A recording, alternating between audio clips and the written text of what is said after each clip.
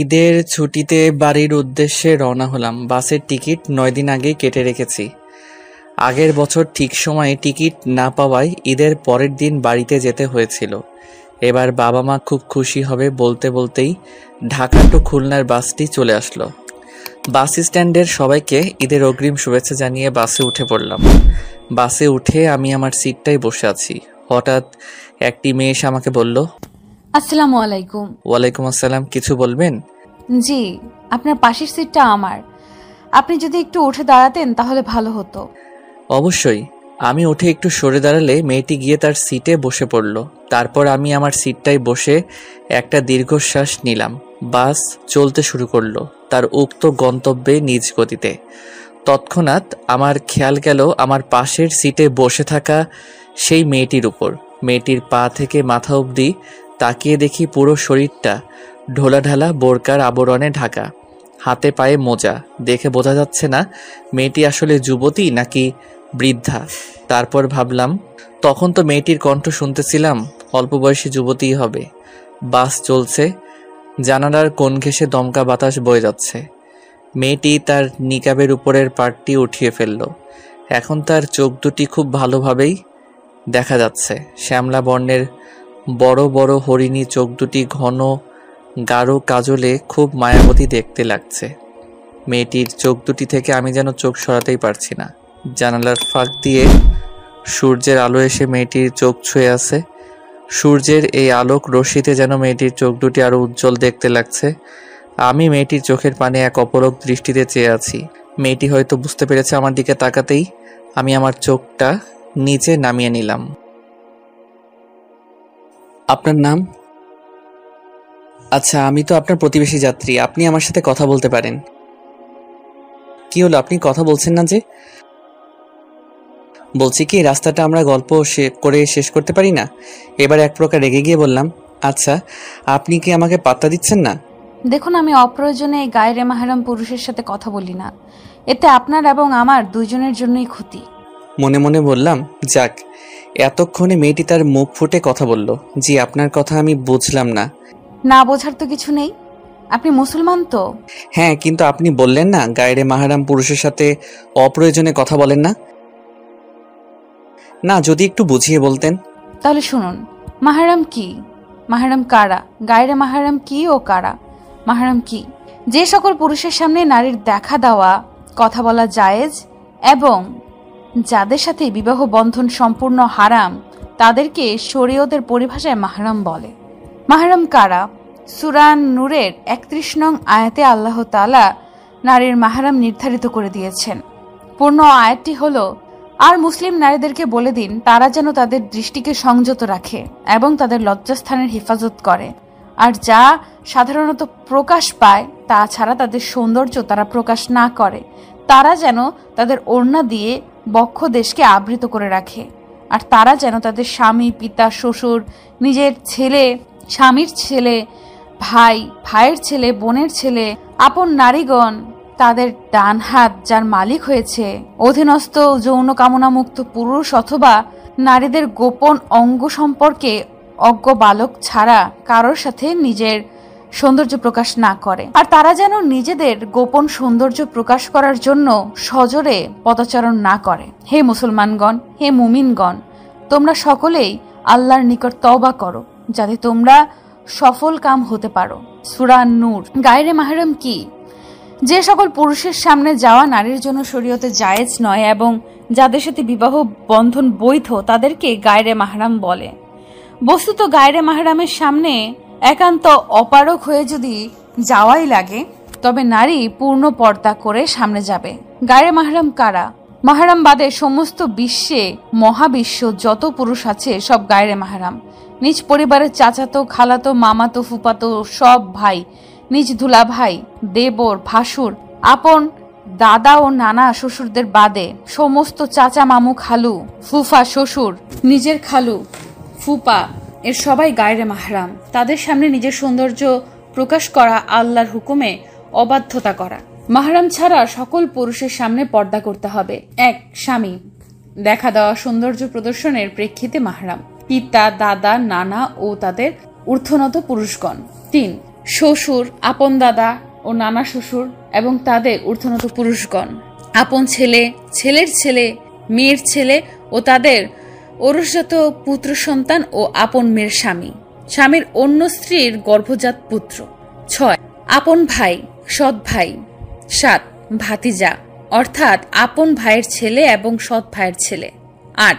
ভাগ্নে অর্থাৎ আপন বোনের ছেলে এবং সৎ বোনের ছেলে। 9.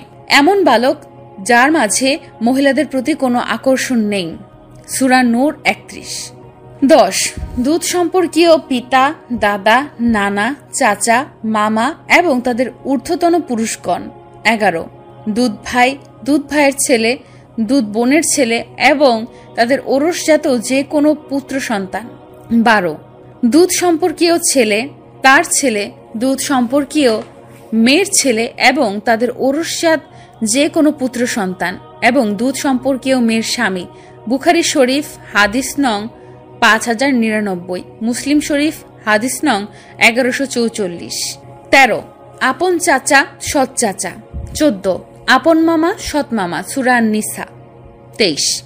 উপরোক্ত পুরুষ যাদের সাথে দেখা করতে বা দেখা দিতে পারবে, তাছাড়া সমস্ত পুরুষকে দেখা দেওয়া সম্পূর্ণ নাজায়েজ এবং হারাম, আর উপরোক্ত পুরুষের সাথে বিয়ে সম্পূর্ণ হারাম। বুঝলাম। তাহলে তো আমি আপনার কাছে গায়রে মাহরাম পুরুষ? জি।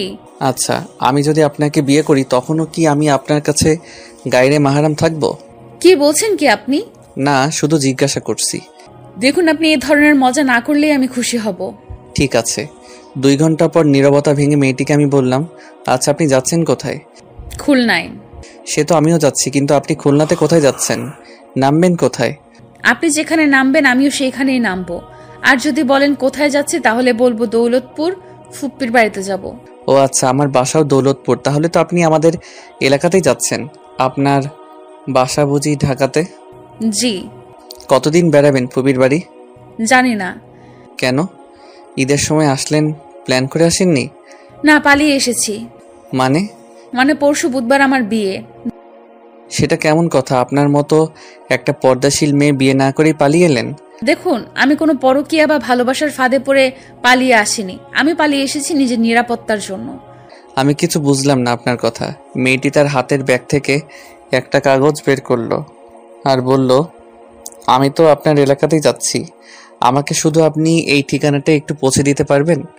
আসলে আমি খুলনা শহরে এর আগে কখনো আসিনি, তো যদি একটু উপকার করতেন তাহলে ভালো হতো।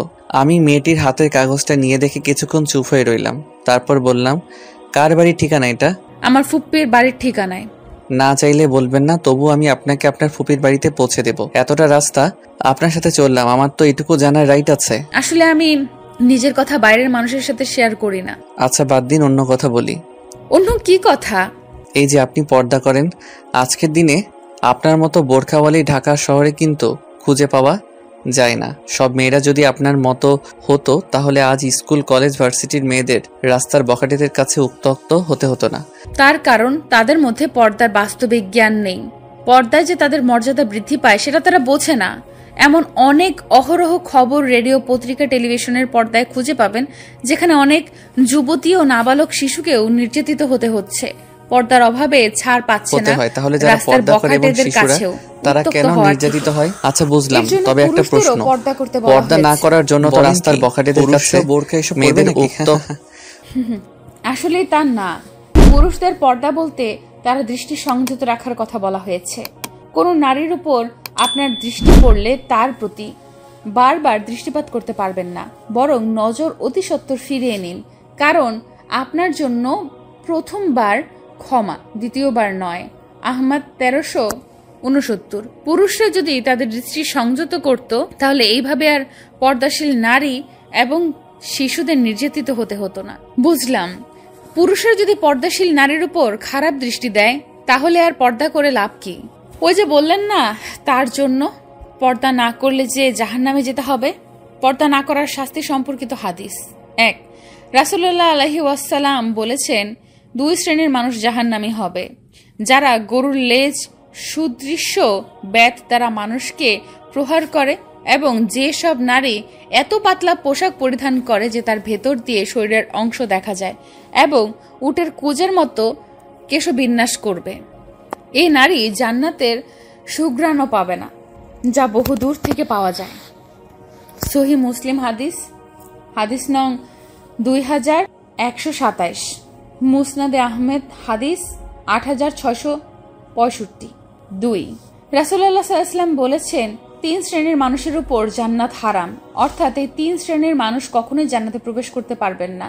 প্রথম শ্রেণী হলো যারা কোনো প্রকার নেশাদ্রব্য পান বা গ্রহণ করে। দ্বিতীয় শ্রেণী হলো যে বা যারা পিতামাতার অবাধ্য, এই শ্রেণীভুক্ত মানুষরাও জান্নাতে যাবে না। তৃতীয় হলো দায়ুস, ওই দায়ুস ব্যক্তি যে তার পরিবারে পর্দা প্রথা চালু রাখেনি, পরিবারের সদস্যদের মাঝে বেপর্দা ছিল, বেহায়াপনা ছিল, কিন্তু সে বাধা প্রদান করেনি। পরিবারের কর্তা হিসেবে বেপর্দা বেহায়াপনা বন্ধ না করার জন্য এই শাস্তি পাবে সে। মুসনাদে আহমেদ 2/69। তৃতীয়ত, আর সুগন্ধি আকর্ষণের এমন একটি মাধ্যম যা দৃষ্টি অনবত ব্যক্তিকেও আকৃষ্ট করে। সুতরাং এই বিষয়ে কতটা সতর্ক থাকা দরকার তা নিজেরাই ভেবে দেখি। হাদিস শরীফে এসেছে প্রত্যেক চোখ জিনা করে, আর কোনো নারী যদি সুগন্ধি ব্যবহার করে কোনো মজলিসের পাশ দিয়ে যায় তাহলে সেও নজরের জিনা বা সরাসরি জিনার প্রতি প্রলম্বিতকারী হিসাবে গণ্য হবে। জামিয়া তিরমিজি হাদিস নং 2786। রাসূল সাল্লাল্লাহু আলাইহি ওয়াসাল্লাম বলেছেন, কোনো পুরুষ কোনো নারীর সাথে নির্জনে মিলিত হলে নিঃসন্দেহে তাদের তৃতীয়জন হয় শয়তান, অর্থাৎ তখন শয়তান তাদের মনে কুমন্ত্রণা দেয়। জামি তিরমিজি হাদিস নাম্বার 1171। 5, রাসূল সাল্লাল্লাহু আলাইহি ওয়াসাল্লাম ইরশাদ করেন, খবরদার তোমরা বেগানা স্ত্রী লোকের ঘরে প্রবেশ করো না। জনৈক সাহাবী জিজ্ঞেস করেন, ইয়া রাসূলুল্লাহ, স্বামীর ভাইদের, ভাসুর, দেবর, বেয়াই ইত্যাদি সম্পর্কে কি নির্দেশ? রাসূল সাল্লাল্লাহু আলাইহি ওয়াসাল্লাম ইরশাদ করেন, তারা তো স্ত্রীর জন্য মৃত্যুতুল্য, অর্থাৎ মহাবিপদ তুল্য। তিরমিজি 1/220। 6, উম্মুল মুমিনিন উম্মে সালামা রাদিয়াল্লাহু তাআলা আনহু বর্ণনা করেন, আমি এবং আমার মাইমুনা রাদিয়াল্লাহু তাআলা আনহু রাসূল সাল্লাল্লাহু আলাইহি ওয়াসাল্লামের কাছে উপস্থিত ছিলাম। এমন সময় অন্ত সাহাবী ইবনে উম্মে মাকতুম রাদিয়াল্লাহু তাআলা আনহু সেখানে আসতে লাগলেন। তখন রাসূল সাল্লাল্লাহু আলাইহি ওয়াসাল্লাম বলেন, তোমরা তার থেকে পর্দা করো, আড়ালে চলে যাও। আমি বললাম, ইয়া রাসূলুল্লাহ, তিনি তো অন্ধ, তিনি তো আমাদের দেখতে পাচ্ছেন না। তখন রাসূল সাল্লাল্লাহু আলাইহি ওয়াসাল্লাম বলেন, তোমরাও কি অন্ধ? তোমরা কি তাকে দেখতে পাচ্ছ না? আবু দাউদ 2/568। 7, রাসূল সাল্লাল্লাহু আলাইহি ওয়াসাল্লাম বলেন, নারী হলো গোপনীয় সত্তা। যখন সে ঘর থেকে বের হয় তখন শয়তান তার দিকে দৃষ্টি উঁচু করে তাকাতে থাকে। তিরমিজি 1/222। 8, রাসূল সাল্লাল্লাহু আলাইহি ওয়াসাল্লাম বলেন, আমার পরে নারী ফিতনা, পরীক্ষা, পুরুষদের সবচেয়ে বেশি ক্ষতিগ্রস্ত করবে। বুখারী ও মুসলিম। 9, ব্রুপ্লাক করা ও পরচুলা পরা হারাম।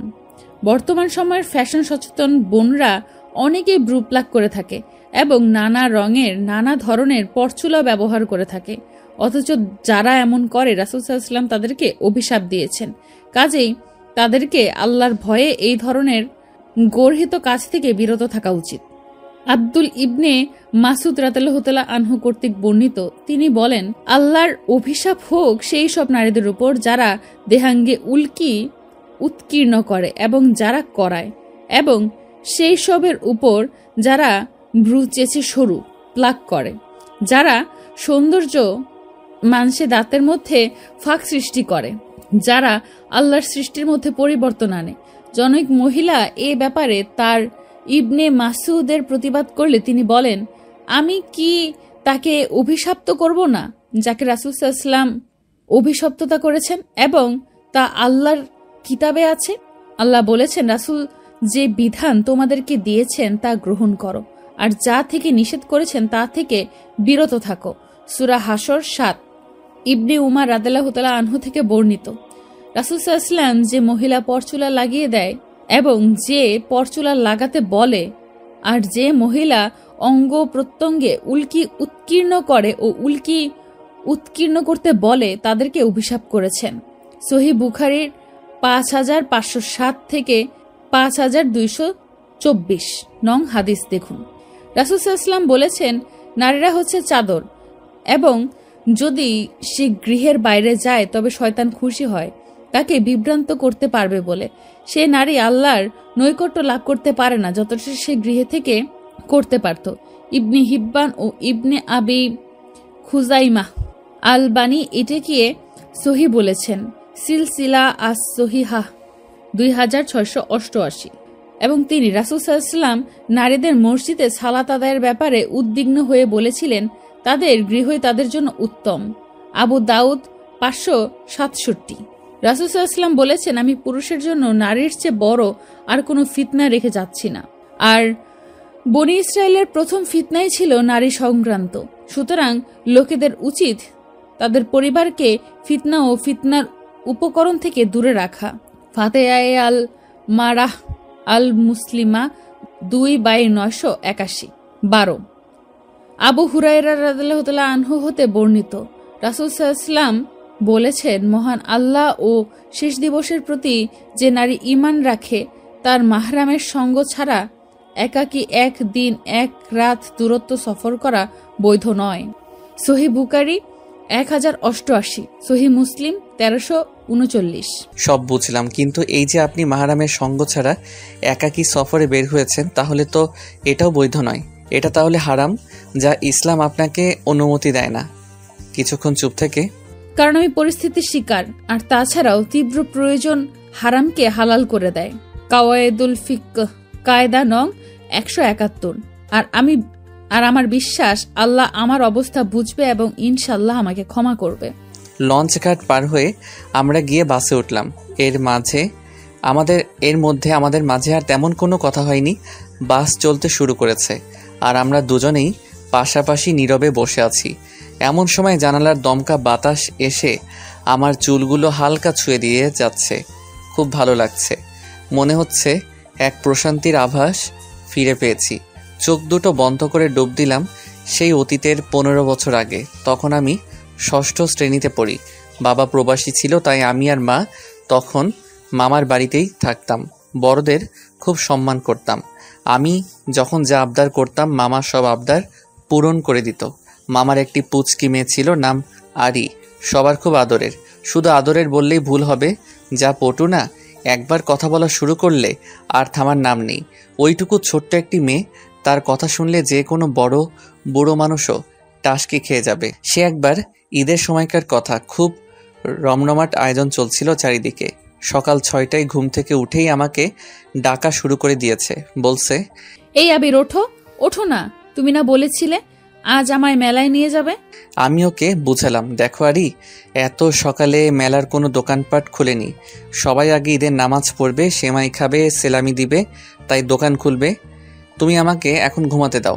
না না, তুমি আমাকে ঢপ দিচ্ছ। এক্ষুনি আমাকে নিয়ে যাবে তোমার স্কুল মাঠটিতে। আমি যখনই যাব গিয়ে দেখব, তাই তোমার কথা বিশ্বাস করব মেলা হচ্ছে কিনা। কাল সারা রাত ঘুমাইনি আমি মেলায় গিয়ে নাগরদোলায় চড়বো বলে, আর তুমি বলছো এখন যাবে না, তাই না?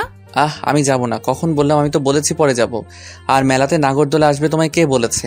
আমি জানি মেলায় নাগরদোলা থাকে। আগে একটি বার নাগরদোলা এসেছিল তো, তখন তো আমি ছোট ছিলাম, তাই বাবাই উঠতে দেয়নি, বলেছিল পরে যাব।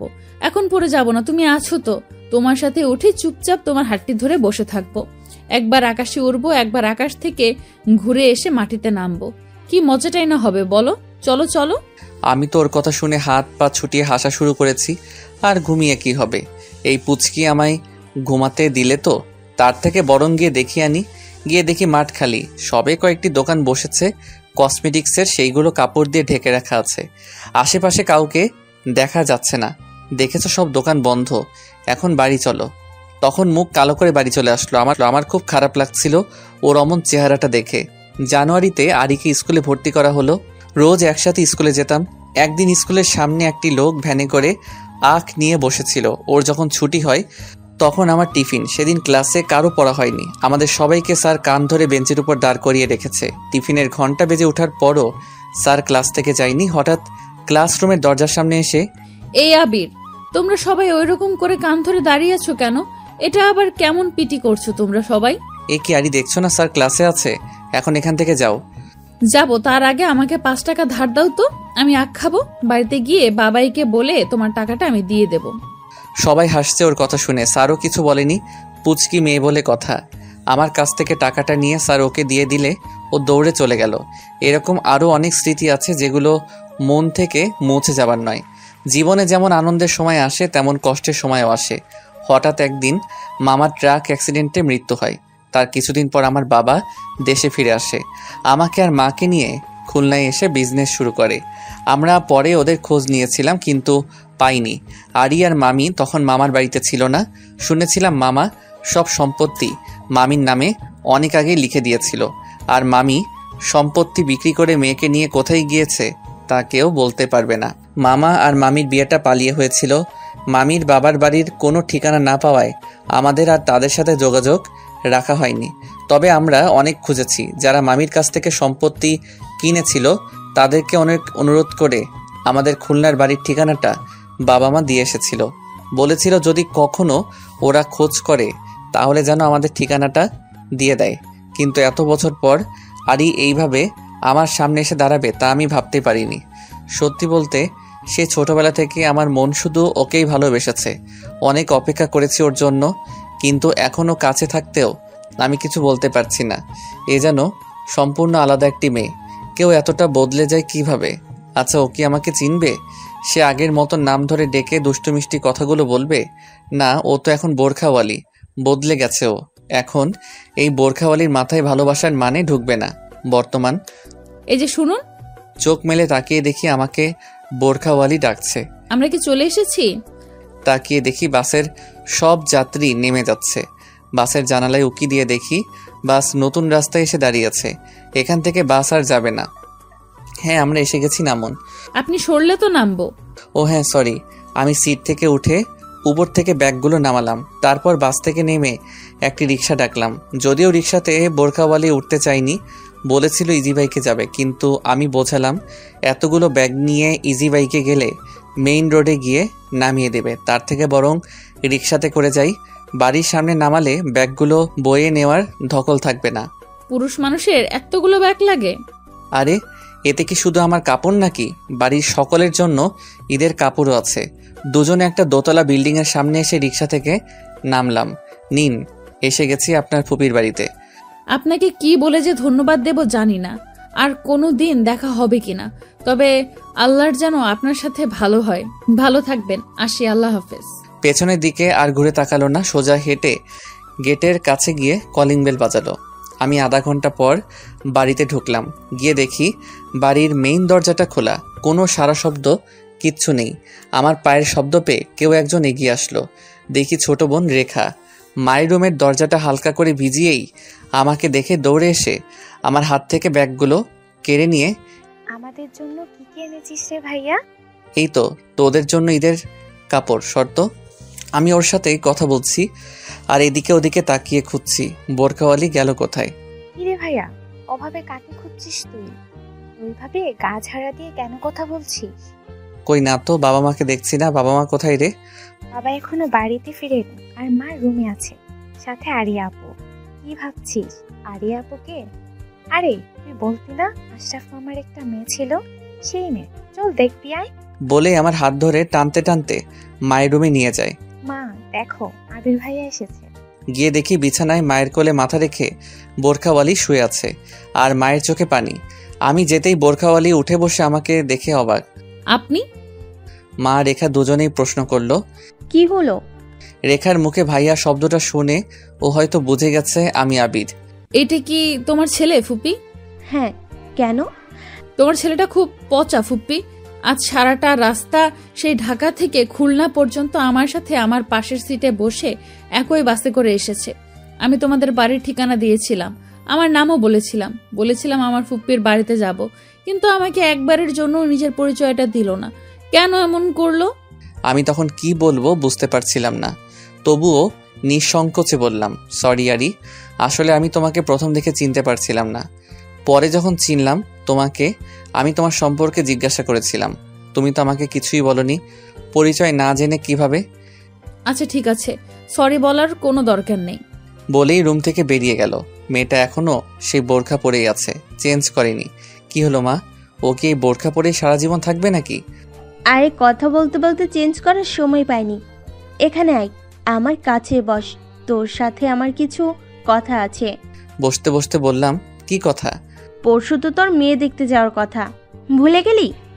আমার মনে পড়ল, হ্যাঁ, বাবা মা তো আমাকে বলেছিল আমার জন্য মেয়ে পছন্দ করে রেখেছে, আর পরশুই তো দেখতে যাওয়ার কথা। কিন্তু আমি তো কখনো ভাবিনি এইভাবে আরির সাথে আমার আবার দেখা হয়ে যাবে। কি করব এখন আমি? কি রে, কি ভাবছিস? মা, অপরাধ নিও না, আমি এখন কোনো বিয়ে টিয়ে করতে পারবো না। কেন? বড় হয়েছিস, ভালো জব করছিস, তাহলে বিয়ে করতে অসুবিধা কোথায়? মা, আমাকে আর কিছুদিন সময় দাও, তারপর। দেখ, মেয়েটাকে দেখে আসতে তো সমস্যা নেই, প্রথমে তুই দেখ, তারপর না হয় পছন্দ হলে সেইভাবে পাকা কথাবার্তা বলে সময় নিয়ে পরে বিয়ে করিস। আমি হ্যাঁ না কিছুই বলিনি। মায়ের রুম থেকে বেরিয়ে এসে ড্রয়িং রুমে গিয়ে দেখি সোফায় বোরখাওয়ালি বসে আছে। আমি গিয়ে পাশে বসলাম। কি হলো, এখনো আপনি এই বোরখা পরেই থাকবেন নাকি? মানে? চেঞ্জ করবেন না? বাসার মধ্যেও বোরকা পরে থাকবেন? সেই তো তুমি করে কথা বলছিলে, এখন আবার আপনিতে ফিরে আসলে যে? এখানে তো আপনার মাহারাম নেই, তাই একান্তে কথা বলতে গিয়ে খারাপ কিছু যেন না ঘটে, তাই আর কি। আসলে আমি আসার সময় পরনে কোনো পোশাক সাথে করে আনি নাই, শুধু টাকা আর এই ঠিকানাটাই ছিল। কথাটা শুনে আমি একটু থমকে গেলাম। আচ্ছা আরি, মামি কেমন আছে? আর কি এমন হয়েছিল যার জন্য এইভাবে পালিয়ে আসতে হলো? আসলে সেদিন আপনারা খুলনায় চলে আসার পর কিছু লোক এসে বলেছিল বাবাই তাদের কাছ থেকে অনেক টাকা ধার নিয়েছে, সুদ সমেত 15 লক্ষ টাকার মতো দাঁড়ায়। মা সেই সময় কোনো উপায় না খুঁজে পেয়ে সবকিছু বিক্রি করে তাদের সব পাওনা মিটিয়ে আমাকে নিয়ে খালার বাসায় যায়। খালা মাকে একটা চাকরি জোগাড় করে দেয়, আর সেইখানে মা চাকরি করে আমাকে নিয়ে খালার সংসারে ভালোভাবে এত বছর ছিল। 2 বছর আগে মা ইন্তেকাল করেন। তারপর খালা আমাকে আর পড়াশোনা করাতে চাননি। কিছুদিন আগে খালা আমার বিয়ে ঠিক করে এক বিশাল ধনী লোকের সাথে, যারা খুব মডার্ন। খালা বলে দিয়েছে বিয়ে করলে ওই পরিবারেই করতে হবে। খালা বলেছিল ওই পরিবারে বিয়ে হলে আমি নাকি জীবনটা আরাম আয়েশে কাটাতে পারবো। কিন্তু যখন শুনলাম বিয়ে, গায়ে হলুদ, বউ ভাতের দিন আমাকে সংসেজে স্টেজে বসে থাকতে হবে, আর শহর ভর্তি হাজার হাজার নিমন্ত্রণ পরপুরুষের চোখে পড়বে আমার দিকে, তখন আমার মনে হলো এই বিয়েটা করা আমার পক্ষে সম্ভব না। আমি জাহান্নামে যেতে চাই না। আমি চাই না এমন আরাম আয়েশ, চাই না এমন ধনী বর।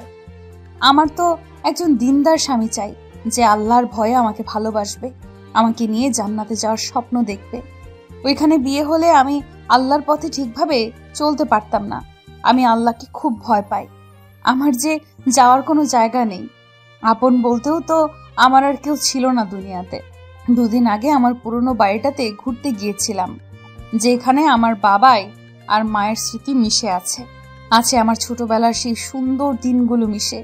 ওইখানে গিয়ে কথায় কথায় এক বৃদ্ধা মহিলা আমাকে আপনাদের বাড়ির ঠিকানাটা দেয়।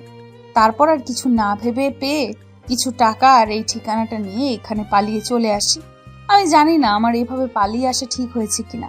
আমি এটাও জানি না এখন আমার কি করা উচিত। তবে এতটুকু জানি, আমি যা করেছি আল্লাহ সেটা বুঝবে। ওর কথাগুলো শুনে আমি খুব চিন্তায় পড়ে গেলাম। ভাবলাম যেই রকম জীবনসঙ্গী ও চায়, আমি তো তার কিছুই না। ঠিক মতো 5 ওয়াক্ত নামাজটাই আদায় করা হয় না। কিভাবে ওকে বলবো আমি কতটা ভালোবাসি, ওর সাথে সারা জীবন কাটাতে চাই। কিছুক্ষণ পর, আচ্ছা আপনি তাহলে এখন কি পরবেন? কাপড় চোপড় কিছুই তো আনেননি। রেখার সালোয়ার আপনার গায়ে খাটবে না। আমি কি মাকে একটা শাড়ি দিতে বলবো? না, আমি শাড়ি পরবো না। শাড়িতে সঠিকভাবে পর্দা রক্ষা হয় না। তার থেকে আমি এইভাবেই ঠিক আছি, কোনো অসুবিধা হচ্ছে না আমার। আশ্চর্য, এইভাবে বোরকা পরে কতক্ষণ থাকবেন আপনি? আমি পারবো, সে আপনার চিন্তা করা লাগবে না। কিছুক্ষণ পর আমি মায়ের রুম থেকে মায়ের বোরকাটা এনে দিলাম। নিন, গোসল করে এটা পরে নিন। সন্ধ্যায় ইফতার শেষে মসজিদ থেকে নামাজ পড়ে বের হলাম ডাক বাংলা শপিং মলের উদ্দেশ্যে।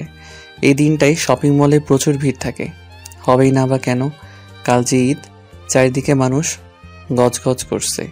অনেক ঠেলাঠেলির মধ্যে দিয়ে একটি দোকানে গিয়ে বসলাম। গিয়ে বললাম, আমাকে কিছু 3 পিস দেখান তো ভাই। সেখান থেকে 5টা ফুল হাতার লং সালোয়ার কামিজ কিনে নিয়ে বাড়িতে চলে আসলাম। বাড়ি এসে দেখি মা ব্যাগ থেকে বাজার নামিয়ে ডালাতে সাজিয়ে রাখছে, আর বাবা খাতা কলমে হিসাব করছে কত টাকা খরচ হলো।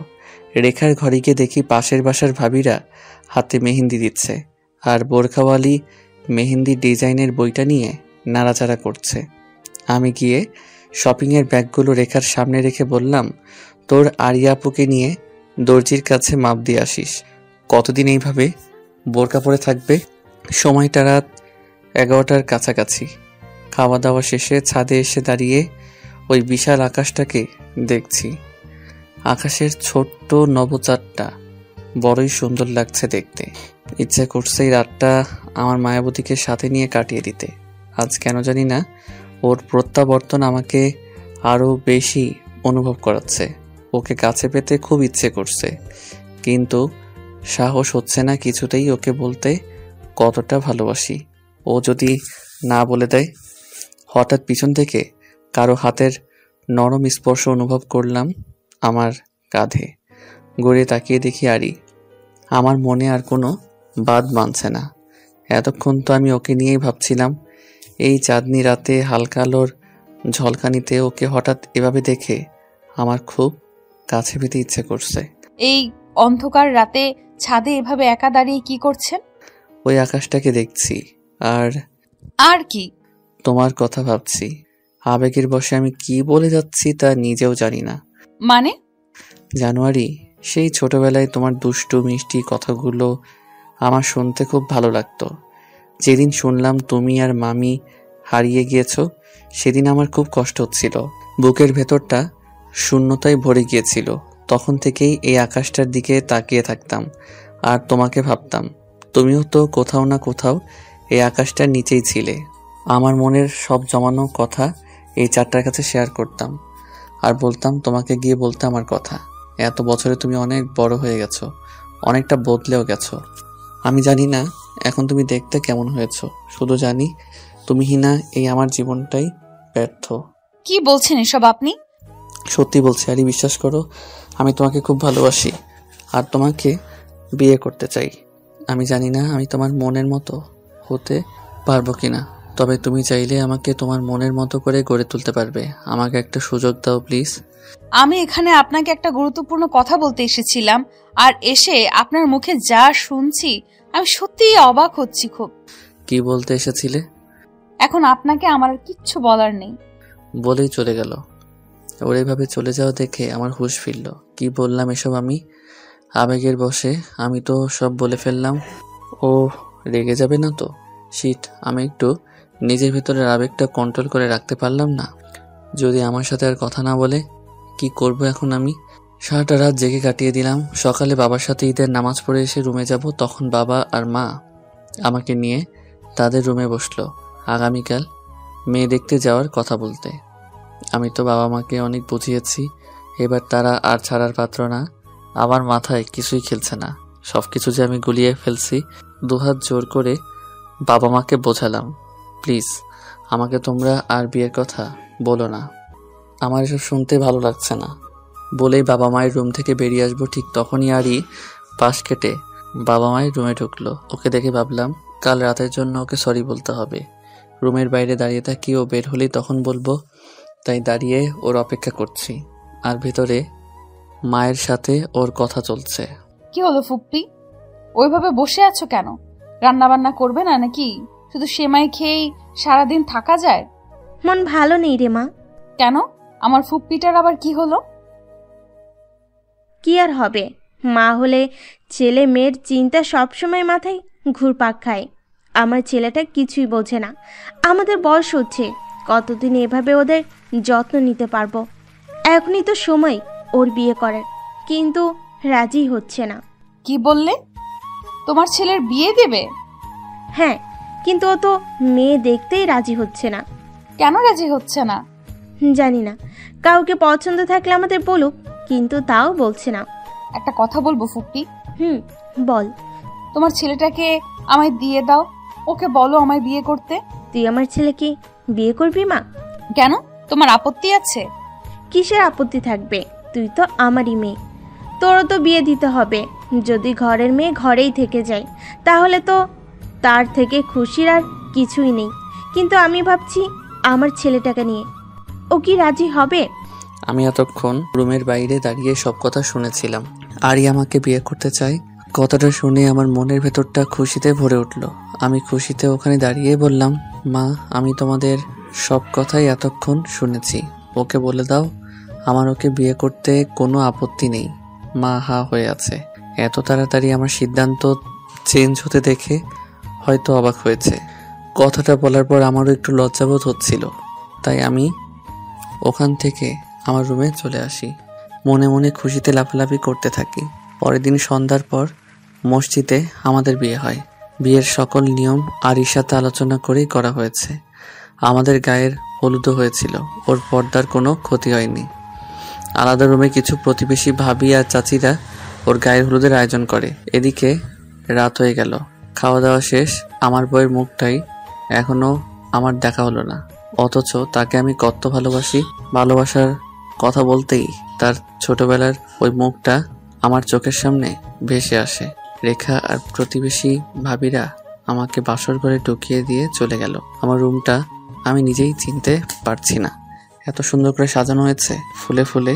কেমন যেন অন্যরকম এক রাজ্যই মনে হচ্ছে, যে রাজ্যে আমি শাহজাদা আর আমার শাহজাদি আমার জন্য ফুলের বিছানায় বসে আছে।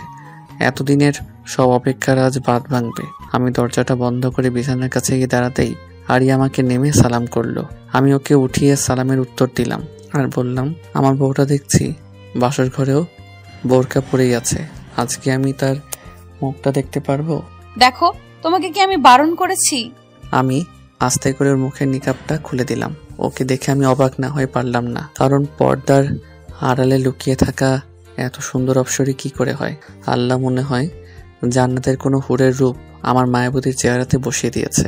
শ্যামলা বর্ণের মায়াবী চোখ দুটির পিছনে নিকাবের আড়ালে ঢেকে রাখা এই রূপ থাকবে তা আমি কল্পনাও করতে পারিনি।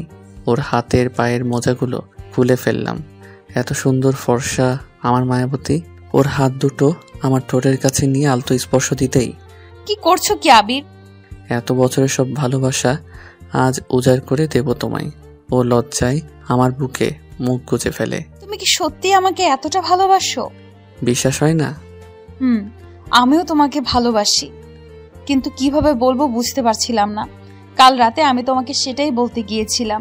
জানি বিয়ের আগে প্রেম ভালোবাসা বৈধ না, তাই তো তোমাকে বিয়ের কথা বলতে চাচ্ছিলাম। তুমি জানো আমাকে কতটা ভয় পাইয়ে দিয়েছিলে? ভুল হয়েছে, চলো আমরা 2 রাকাত নামাজ পড়ে স্রষ্টার দরবারে শুকরিয়া আদায় করি। আমি মাথা কাত করে সম্মতিসূচক উত্তর দিলাম। তারপর আমরা দুজনে 2 রাকাত নফল নামাজ পড়ে আল্লাহর কাছে শুকরিয়া আদায় করলাম। নামাজ শেষে আলমারি থেকে আমি একটা প্যাকেট বের করলাম, ওর হাতে দিয়ে বললাম, এটা তোমার জন্য। ও প্যাকেটটি খুলেই দেখে একটি লাল বেনারসি। আমি আমার বউটাকে আজ বউ সাজে দেখতে চাই। এখন শাড়ি পরতে হবে? এখন আমি তোমার স্বামী, আমার সামনে তুমি শাড়ি পরে আসতেই পারো। সে তুমি ঠিক বলেছো, কিন্তু আমি তো শাড়ি কখনো পরিনি। পরনি আজ পরবে। তুমি বুঝতে পারছো না, আমি পারি না শাড়ি পরতে। অন্য কোনো হুশ, চুপ। আমি তোমাকে আজই শাড়িতে দেখতে চাই। যাও, এগুলো ওয়াশরুম থেকে পরে এসো। শাড়িটা কে পরিয়ে দেবে শুনি? আমি। তুমি শাড়ি পরাতে পারো নাকি? দেখি চেষ্টা করে পারি কিনা। ও চেঞ্জ করে আমার সামনে এসে এখন কি করব? শাড়িটা ওর হাতে ধরিয়ে দিলাম। তুমি পারো তো? এত কথা বলো কেন? আমি নিজের হাতে শাড়ি পরিয়ে ওকে আয়নার সামনে নিয়ে গেলাম। শাড়ির আঁচলটি ওর মাথায় তুলে দিয়ে বললাম, কত সুন্দর লাগছে আমার বউটাকে। আয়নাতে ওর মুখটা দেখে মনে হলো লজ্জা পেয়েছে। আমি ওকে বললাম, ছাদে যাবে? এখন? বাড়ির সবাই ঘুমিয়ে পড়েছে এতক্ষণে। গিয়ে কি হবে? ওই চাঁদটাকে জানাতে হবে না তুমি আমার হয়েছো? ও মুচকি হেসে আমার হাত ধরে বলল, চলো। তারপর আমরা দুজন ছাদে গিয়ে ওই আকাশটার দিকে তাকিয়ে অনেকক্ষণ কথা বললাম। আখ খাবে? মানে? তুমি আখ খেতে ভালোবাসো তো, তাই এনে রেখেছি। দাঁড়াও, আনছি। কিছুক্ষণ পর ওর হাতে একটা আখ ধরিয়ে দিলাম। তারপর আখ খেতে খেতে অনেকটা সময় কথা বলতে লাগলাম দুজন। ও বলল, আমার এখন খুব ঘুম পাচ্ছে আবির। আমি ওকে তখন কোলে তুলে নিয়ে রুমে চলে গেলাম। তারপর দরজাটা বন্ধ করে নিজেকে ওর মাঝে বিলিয়ে দিলাম। এত বছর যত অপেক্ষার সব অবসান ঘটলো, আর আমার ভালোবাসা পেল পূর্ণতা। 2 দিন পরে আমরা বাড়ির সবাই মিলে আবিরের খালার বাসায় গেলাম। ওর খালা প্রথমে একটু রেগেছিল ওর ওভাবে পালিয়ে যাওয়ার। ওনাকে অনেক অনেক অপদস্থ হতে হয়েছিল পাড়া প্রতিবেশীদের কাছ থেকে, কিন্তু বাবা মা অনেক বোঝানোর পর উনি আমাদের মেনে নিয়েছে, আর বিবাহিত জীবনের জন্য অনেক দোয়াও করেছে। বাবা মা আর রেখা চলে আসার পর অফিসের পাশে একটা ফ্ল্যাট ভাড়া নিয়ে সেখানে আমরা দুজন খুব সুন্দরভাবে নিজেদের ছোট্ট একটি সংসার গুছিয়ে ফেলি। খুব অল্প সময় আমাকে আরই নিজের মনের মতো করে গড়ে তোলে। ওর সাথে থাকতে থাকতে 5 ওয়াক্ত নামাজ পড়তেও অভ্যস্ত হয়ে গেছি। কোনো ওয়াক্ত নামাজ মিস হলে কাজা না পড়া অবধি বউ আমায় খেতে দেয় না। আমাকে বলে দাড়ি রাখলে নাকি আমাকে দেখতে খুব সুন্দর লাগবে। কি আর করার, বউকে খুশি করতে আমি দাড়ি রাখতেও শুরু করলাম। বিয়ের 6 মাস পর একদিন আমি অফিসে থাকা অবস্থায় ফোন দিয়ে খুশির সংবাদ দেই আমি বাবা হতে চলেছি। আমার ইচ্ছা হচ্ছিল তখনই আমার বউটার কাছে ছুটেই চলে যাই। রাতে বাড়ি ফিরে ওকে কোলে তুলে ছাদে নিয়ে যাই, আর সেখানেই বাবুটা আসার পর কি করব দুজন আলোচনা করতে করতেই রাতটা কাটিয়ে দেই। মাকে খুশির সংবাদটা দিলাম, মাও খুশিতে আর থাকতে পারল না। 2 দিন পরই মা এসে আরিকে খুলনায় নিয়ে যায়। এই সময় তো মেয়েদের অনেক যত্নের প্রয়োজন। আমি থাকি সারাদিন অফিসে, ওর যত্ন ঠিক মতো নিতে পারবো না। তবে দিনের মধ্যে 7-8 বার সময় করে ফোনে খোঁজ নেই। রাতে কথা বলতে বলতে ঘুমিয়ে পড়ি, আর ঘুম ভাঙে ফজরের সময় ওর ফোনে রিংটনের শব্দে। মায়ের সাথে যখনই কথা হয় ও সময় মতো খেলো কি না, নিজের যত্ন নিল কি না, এসব বারবার জানতে চাই বলে মা হয়তো রেগে যায় আমার উপর। কিন্তু কি করব, খুব ভালোবাসি যে ওকে। আজ আমার বিয়ের 1 বছর 5 মাস পূর্ণ হলো, আর আজ আমার একটা ছোট্ট ফুটফুটে মেয়ে হয়েছে। আরিকে সবসময় বলতাম আমার মেয়ে হলে তোমার মতোই বোরকাওয়ালি বানাবো। আজ আমি খুব খুশি। অফিসের থেকে ছুটি নিয়ে রওনা হয়েছি খুলনার উদ্দেশ্যে। 19 বছর পর ডায়েরির পাতাগুলো বুঝিয়ে বুকের সাথে চেপে ধরে অঝোর নয়নে কাঁদতে থাকে আয়াত। আয়াতের কষ্টে দম বন্ধ হয়ে আসছে। বাপি, এত ভালোবাসতে তুমি মাম্মামকে, জানো মাম্মামও তোমাকে খুব ভালোবাসে। এখনো তোমার এই ডায়েরিটা না জড়িয়ে ধরে রাতে ঘুমোতেই পারে না। আমি অনেক চেষ্টা করেছি, মাম্মাম আমাকে ডায়েরিটা ছুঁতেও দেয়নি। বলেছে অন্যের ডায়েরিতে হাত দেওয়া উচিত নয়। আজ মাম্মামকে লুকিয়ে পড়েছি, তার জন্য তবা। তুমি সত্যিই খুব ভালো বাপি। আজ মনে হচ্ছে এই ডায়েরির প্রতিটা পাতার ভাজে ভাজে আমার বাপি মিশে আছে। জানো বাপি, যখন আমি প্রাইমারিতে পড়তাম তখন স্কুল ছুটি হলে সবার বাবা তাদের নিতে আসতো, আর আমার তখন তোমাকে খুব মনে পড়তো। হাই স্কুলে প্যারেন্টস ডেতে বাবা মাকে নিয়ে টিচার্সরা মিটিং করতো, সবাই তাদের বাবা মাকে সাথে করে আনতো। আমার ওদেরকে বাবার আদর খেতে দেখে তখন খুব মন খারাপ হতো। আজ আমি কলেজ পেরিয়ে ভার্সিটিতে উঠেছি, অনেক বড় হয়ে গেছি, তবুও মাম্মাম বলে আমি নাকি এখনো শিশু। মামনি ভার্সিটির প্রথম দিনে লেট হয়ে যাবে, তাড়াতাড়ি আসো। আয়াতকে ডাকছে তার মা। আসছি মাম্মাম, নিকাবটা বাদলেই হয়ে যায়। মাম্মাম আমি রেডি। পিছনের থেকে জড়িয়ে ধরে আয়াত তার মাকে বলল, এই তো সোনা মেয়ে আমার, সাবধানে যাবে, আর কারোর সাথে দুষ্টুমি করবে না কিন্তু, একদম লক্ষ্মী মেয়ের মতন থাকবে। আয়াতের মাথায় হাত রেখে বলে, মাম্মাম আজ আমার বাপিকে খুব মনে পড়ছে, আমাকে একটাবার বাবির ছবি দেখাবে? কথাটা শুনে আরিয়ার বুকের ভেতরটা ব্যথায় চিনচিন করে ওঠে। ও চায় না আয়াত তার বাবার সত্যিটা জানুক। তোমার বাপি বেঁচে নেই, তুমি জানো তো। মৃত ব্যক্তির ছবি দেখতে হয় না, তাই তোমার বাপিরও কোনো ছবি আমি রাখিনি বলে বোঝায় আয়াতকে। সরি মাম্মাম, তোমাকে বাপির কথা মনে করিয়ে খুব কষ্ট দিয়ে ফেললাম। এই প্রমিস আর কখন এমনটা করব না। দাদু ভাই কতক্ষণ বাইরে দাঁড়িয়ে থাকবো, তাড়াতাড়ি এসো, তোমাকে ভার্সিটি ছেড়ে দিয়ে যে আমাকে ফ্যাক্টরি যেতে হবে। আয়াতের দাদু বলল, হ্যাঁ হ্যাঁ যাবে দাদু ভাই, তোমার দাদু সেই কতক্ষণ হলো রিক্সা নিয়ে দাঁড়িয়ে আছে বাইরে। আয়াতের দাদি কথাটি বলে আয়াতকে সাথে নিয়ে এগিয়ে যেতে গেল। আয়াত চলে যাওয়ার পরই আরিয়া দৌড়ে নিজের ঘরে গিয়ে দরজাটা বন্ধ করে দেয়, আর আবিরের ডায়েরিটা নিজের বাহুতে চেপে ধরে চিৎকার করে কাঁদতে থাকে।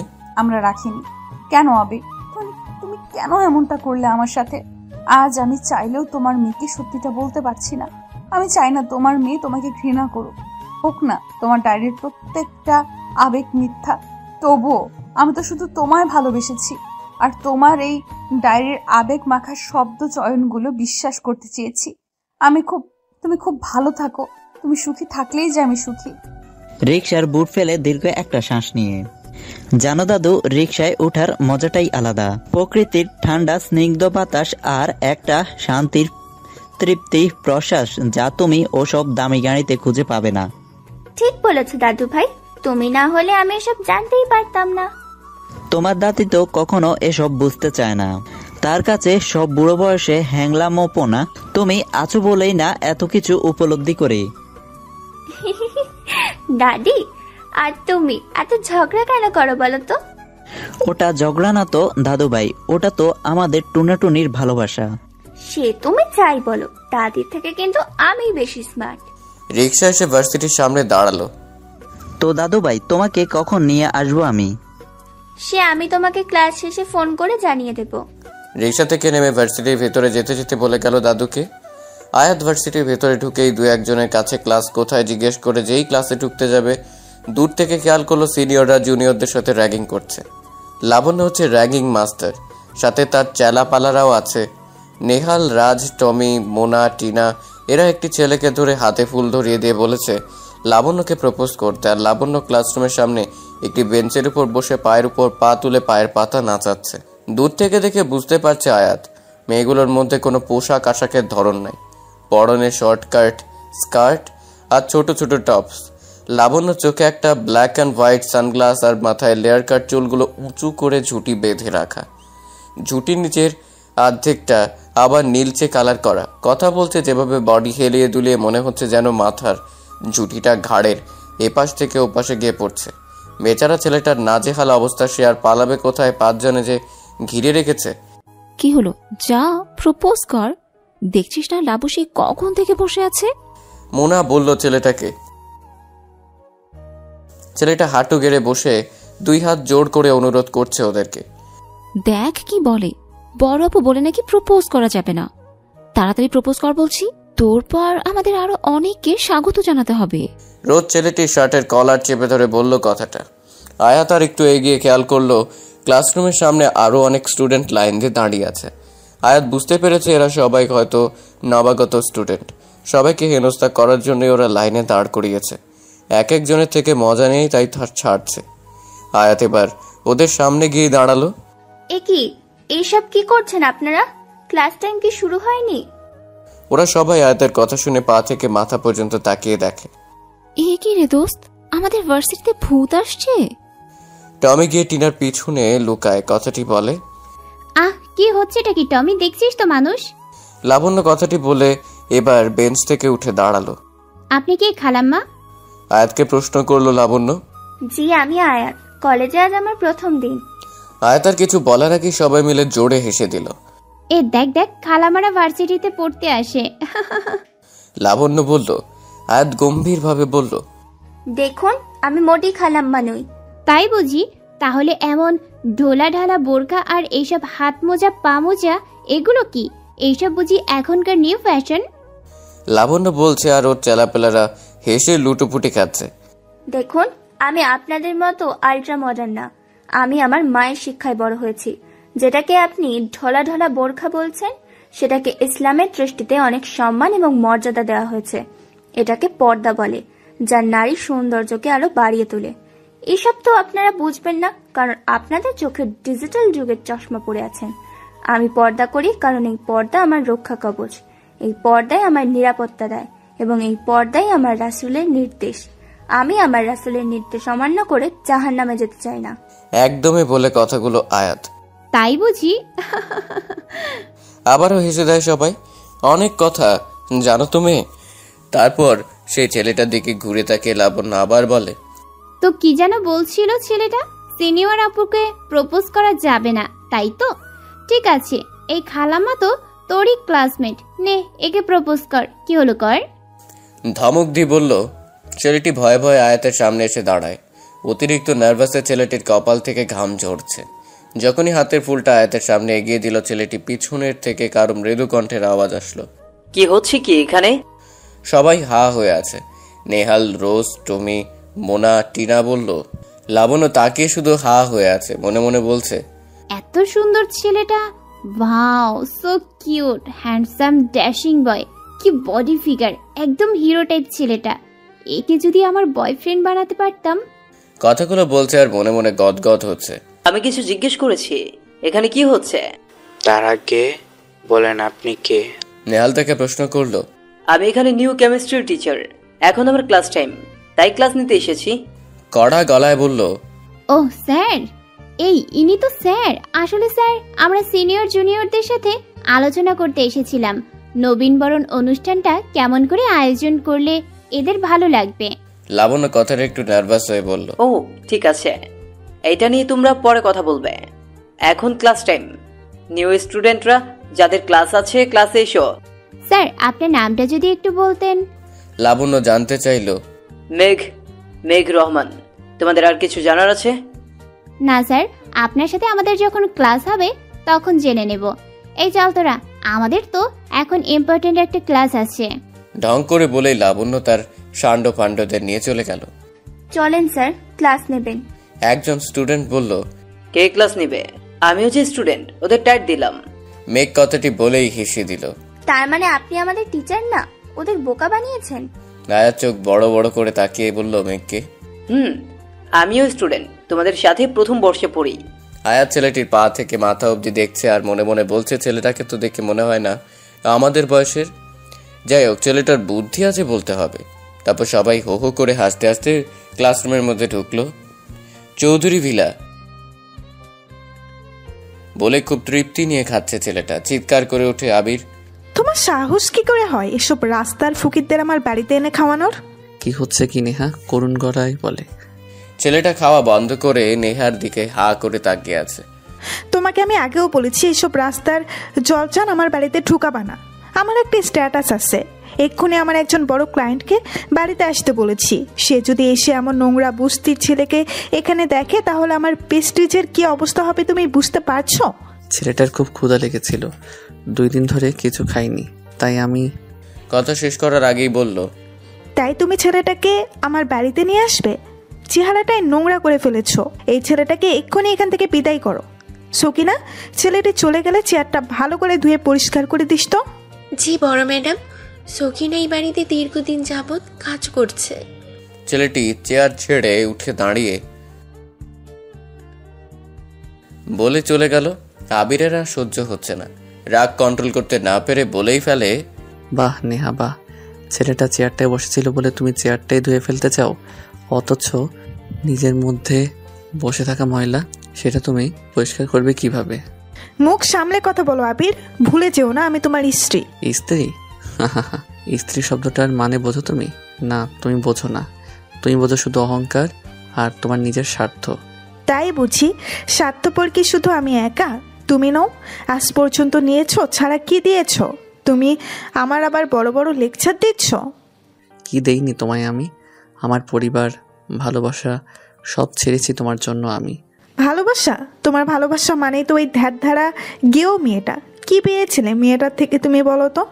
আমাকে দেখো, আজ তুমি যা তার সবই আমি তোমাকে দিয়েছি। তোমার টাকা, গাড়ি, বাড়ি, সম্পদ, ঐতিহ্য সব আমার টাকাই কেনা। ভুলে যেও না মিস্টার আবির খান, ও সরি আবির চৌধুরী। তোমার নামের সাথে যেই পদবিটা এখন ব্যবহার করো ওটাও কিন্তু আমারই দেওয়া। ব্যাস, অনেক বলেছো তুমি। কোনো কিছু লোভই আমার নেই। আর কাকে তুমি গেও মেয়ে বলছো? আমি তো আমার আগের জীবনটাতেই ভালো ছিলাম। আজ আমি তোমার সাথে এখানে আছি সেটা শুধুই লাবণ্যর জন্য। সেই দিনটা তোমার মনে আছে নেহা? তোমার জন্মদিনের পার্টিতে শরবতের সাথে আমাকে তুমি ঘুমের ওষুধ মিশিয়ে দিয়েছিলে।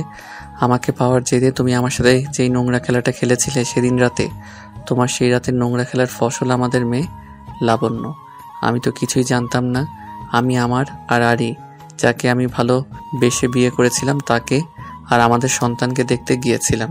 কিন্তু তুমি আমার আগে সেখানে পৌঁছে গিয়েছিলে 1 বছর বয়সের লাবণ্যকে নিয়ে। আমি তোমাকে বিয়ে করতে চাইনি। আরি বলেছে ইসলামে দ্বিতীয় বিয়ে জায়েজ আছে। আমি তোমায় বিয়ে না করলে লাবণ্য হবে সমাজের অবৈধ সন্তান। তার কথাই আমি তোমায় বিয়ে করেছি।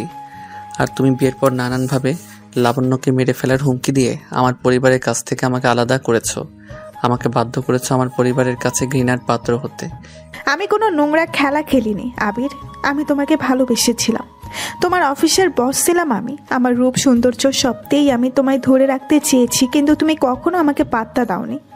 আমি তোমায় আরও আগে পেতাম, কিন্তু যখন বাবার অসুস্থতার জন্য লন্ডনে গিয়ে ভিসার সমস্যায় আটকে পড়ি, আমি নিশ্চিত ছিলাম নেক্সট 5 বছরে আমার অফিস তুমি ছাড়বে না, কারণ তোমার কন্ট্যাক্ট পেপারে সিগনেচার করা ছিল। যদি তুমি জব ছাড়া চেষ্টাও করো তাহলে তোমার জেল হতে পারে। আমি লন্ডনেই তোমার সন্তানকে ভূমিষ্ঠ করি। যখনই ফিরে আসি শুনি তোমার বিয়ে হয়ে গেছে, একটা মেয়েও হয়েছে। তখন আমার খুব কষ্ট হয়, আর তাই তোমাকে নিজের করে নেই। কে চাই সতীনের ঘর করতে? তাছাড়া আমার তো কোনো কিছুর অভাব নেই, তাহলে কেন আমি আমার স্বামীর ভাগ অন্য কারোর সাথে শেয়ার করব? এর জন্য আমি তোমাকে তোমার সব মায়াজাল থেকে দূরে সরিয়ে এনেছি, কিন্তু তার বিনিময়ে তোমাকেও আমি অনেক কিছু দিয়েছি। কিচ্ছু দাওনি তুমি আমায়, তুমি শুধুই আমাকে চেয়েছো, কিন্তু কখনো ভালোবাসতে পারোনি।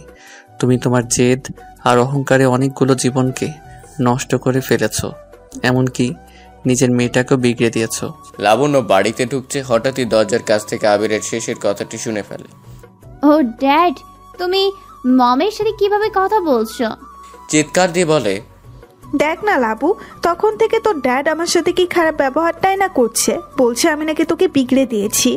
কাঁদো কাঁদো কণ্ঠে বলছে নেহা। তোমার এসব নাটক বন্ধ করো নেহা, এই নাটকগুলো করেই তুমি আমার চোখে এত নিচে নেমে যাচ্ছ। দেখো ড্যাড, আমার মমের সাথে তুমি এমন ভাবে কথা বলতে পারো না। আর মম, আমার 2 লক্ষ টাকা লাগবে, দাও তো। এত টাকা দিয়ে তুমি কি করবে লাবণ্য? কালই তো তোমার মায়ের থেকে 4 লাখ নিলে, তাই? আবির কথাটা বলে এর আগে দৃষ্টিতে তাকালো লাবণ্যর দিকে। তুমি চুপ করো। আমার টাকা আমার মেয়ে যেভাবে ইচ্ছে হয় খরচ করবে, যত লাগবে তত নেবে। আমার যা আছে সবই তো ওর। লাবণ্যর মাথায় হাত বুলিয়ে বলছে নেহা। বলে এই বয়সে এত টাকা উড়াবে? কখনো জিজ্ঞাসা করেছো তোমার মেয়ে করে কি এত টাকা নিয়ে? না, আমার জানার কোনো প্রয়োজন নেই। আর একটা কথা তুমি শুনে রাখো, আমার মেয়ের ব্যাপারে নাক গলাতে আসবে না। আবিরের মুখের সামনে আঙ্গুল তুলে নেহা কথাটা বলে। আবির নেহার আঙ্গুলটা নামিয়ে দিয়ে, একদিন বুঝবে তুমি নেহা, তুমি কত বড় ভুল করছো, কিন্তু সেদিন খুব দেরি করে ফেলবে। আর তুমি যদি ভেবে থাকো মেয়েকে দিয়ে আমাকে দুর্বল করতে পেরেছো, তাহলে সেটা ভুল ভাবছো। কারণ তুমি এটা বোঝো না, মেয়েটা তোমার সেই চেষ্টাকে কাজে লাগিয়ে নিজের স্বার্থ পূরণ করে। হাজার হোক তোমারই তো মেয়ে, হয়েছেও তোমার মতন, বলে চলে যায় ওখান থেকে। ওদিকে আয়াত তার দাদুর সাথে ভার্সিটি থেকে বাড়ি ফিরেছে। মাম্মাম, কোথায় তুমি? খুব ক্ষুধা লাগছে, তাড়াতাড়ি এসো না, কিছু খেতে দাও।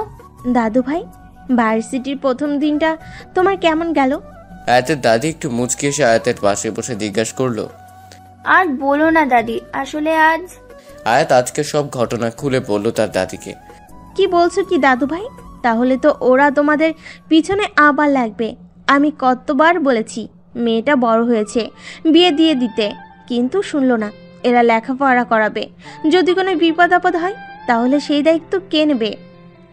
আহা রেহানা, তুমি এত চিন্তা কেন করছো? আমাদের দাদুভাই খুবই বুদ্ধিমতী মেয়ে, তুমি অযথাই চিন্তা করছো। ওর কিছু হবে না। ওসব ছেলে মেয়েদের 3 বেলা মেরে সোজা করতে হয়। বাবার টাকায় আশকারা পেয়ে পেয়ে এমন হয়েছে। এমন ভাবে বলছো যেন তুমি ওদের মারার ক্ষমতা রাখো। একটা কথা শুনে রাখো, আমার দাদু ভাইয়ের যদি কিছু হয় তাহলে তোমার খবর আছে। ঠিক আছে, আমার খবর বানিয়ে তুমি টেলিভিশনের পর্দায় দেখিয়ে দিও। কি বললে তুমি? আয়াত দেখছে দাদা দাদির ঝগড়া। থামবে তোমরা? আর দাদি, লেখাপড়াটা আমার স্বপ্ন, আমি কি খারাপ ভাবে চলি বলো? আমি যদি আমার ইসলামে উল্লেখিত নির্দেশগুলো না মেনে চলি, লেখাপড়া করি, তাহলে দোষ কোথায়? তুমি অন্য কারোর আচরণের উপর ভিত্তি করে আমাকে কেন লেখাপড়া ছাড়তে বলছো? কিন্তু দাদু ভাই। কোনো কিন্তু না। এই ছোট্ট একটা বিষয়কে তোমরা এত বড় কেন করছো? দেখছো তো আমার ক্ষুধা লাগছে, মামাকে বলো না খাবার দিতে। আরিয়া এসে, মামনি খাবার টেবিলে গুছিয়ে রেখে এসেছি, খাবে চলো। আসলে চোখটা লেগে গিয়েছিল, তাই উঠে রান্না করতে একটু দেরি হয়ে গেল। ঠিক আছে মাম্মাম, চলো। আর তোমরা একটুও ঝগড়া করবে না, এই বলে দিয়ে গেলাম, নইলে তোমাদের সাথে আজ সারাদিন আমার কথা বলা বন্ধ। জানালার গ্রিল ছুঁয়ে দাঁড়িয়ে আছে আবির। আকাশের চাঁদটাকে দেখছে আর নিজের মাঝে জমানো সব কথাগুলো তুলে ধরে মনকে প্রশান্ত করছে। সারাদিনের যত অপেক্ষা হয়তো ওই আকাশের চাঁদটার জন্যই, যে শুধুই তাকে শুনবে, কখনো ভুল বুঝবে না, ঠকাবেও না।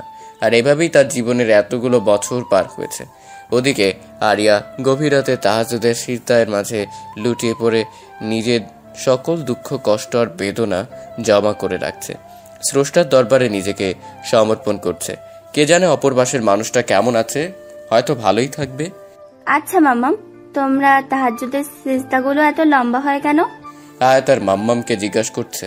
কারণ সিজদায় আল্লাহ রাব্বুল আলামিন আমাদের অতি নিকটে থাকে।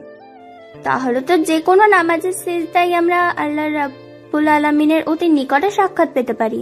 হ্যাঁ মামুনি, তবে তাহাজ্জুদের নামাজের ফজিলত অত্যন্ত বেশি।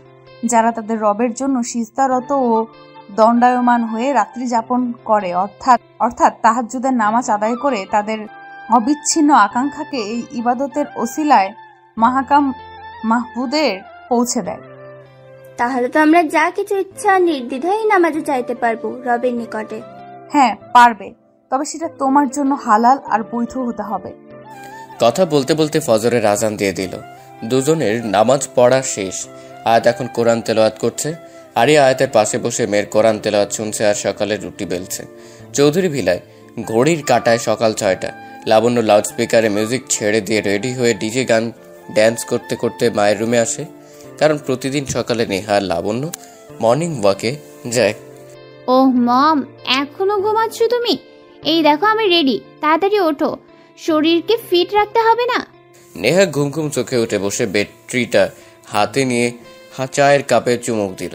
ওহ লাবু, মাই বেবি, আর একটু অপেক্ষা করো, আমি রেডি হয়ে আসছি বলে চায়ের কাপটা রেখে ওয়াশরুমে ঢুকে পড়লো। কিছুক্ষণ পর নেহা আর লাবণ্য যখন বাড়ি থেকে বের হবে তখন আবির ফজরের নামাজ পড়ে তাসবিহ হাতে বাড়িতে ঢুকছে।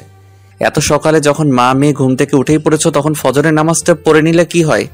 নেহার কানে হেডফোন থাকায় আবিরের কথাটা শুনতে পায়নি, নইয়ে কুরুক্ষেত্র লেগে যেত।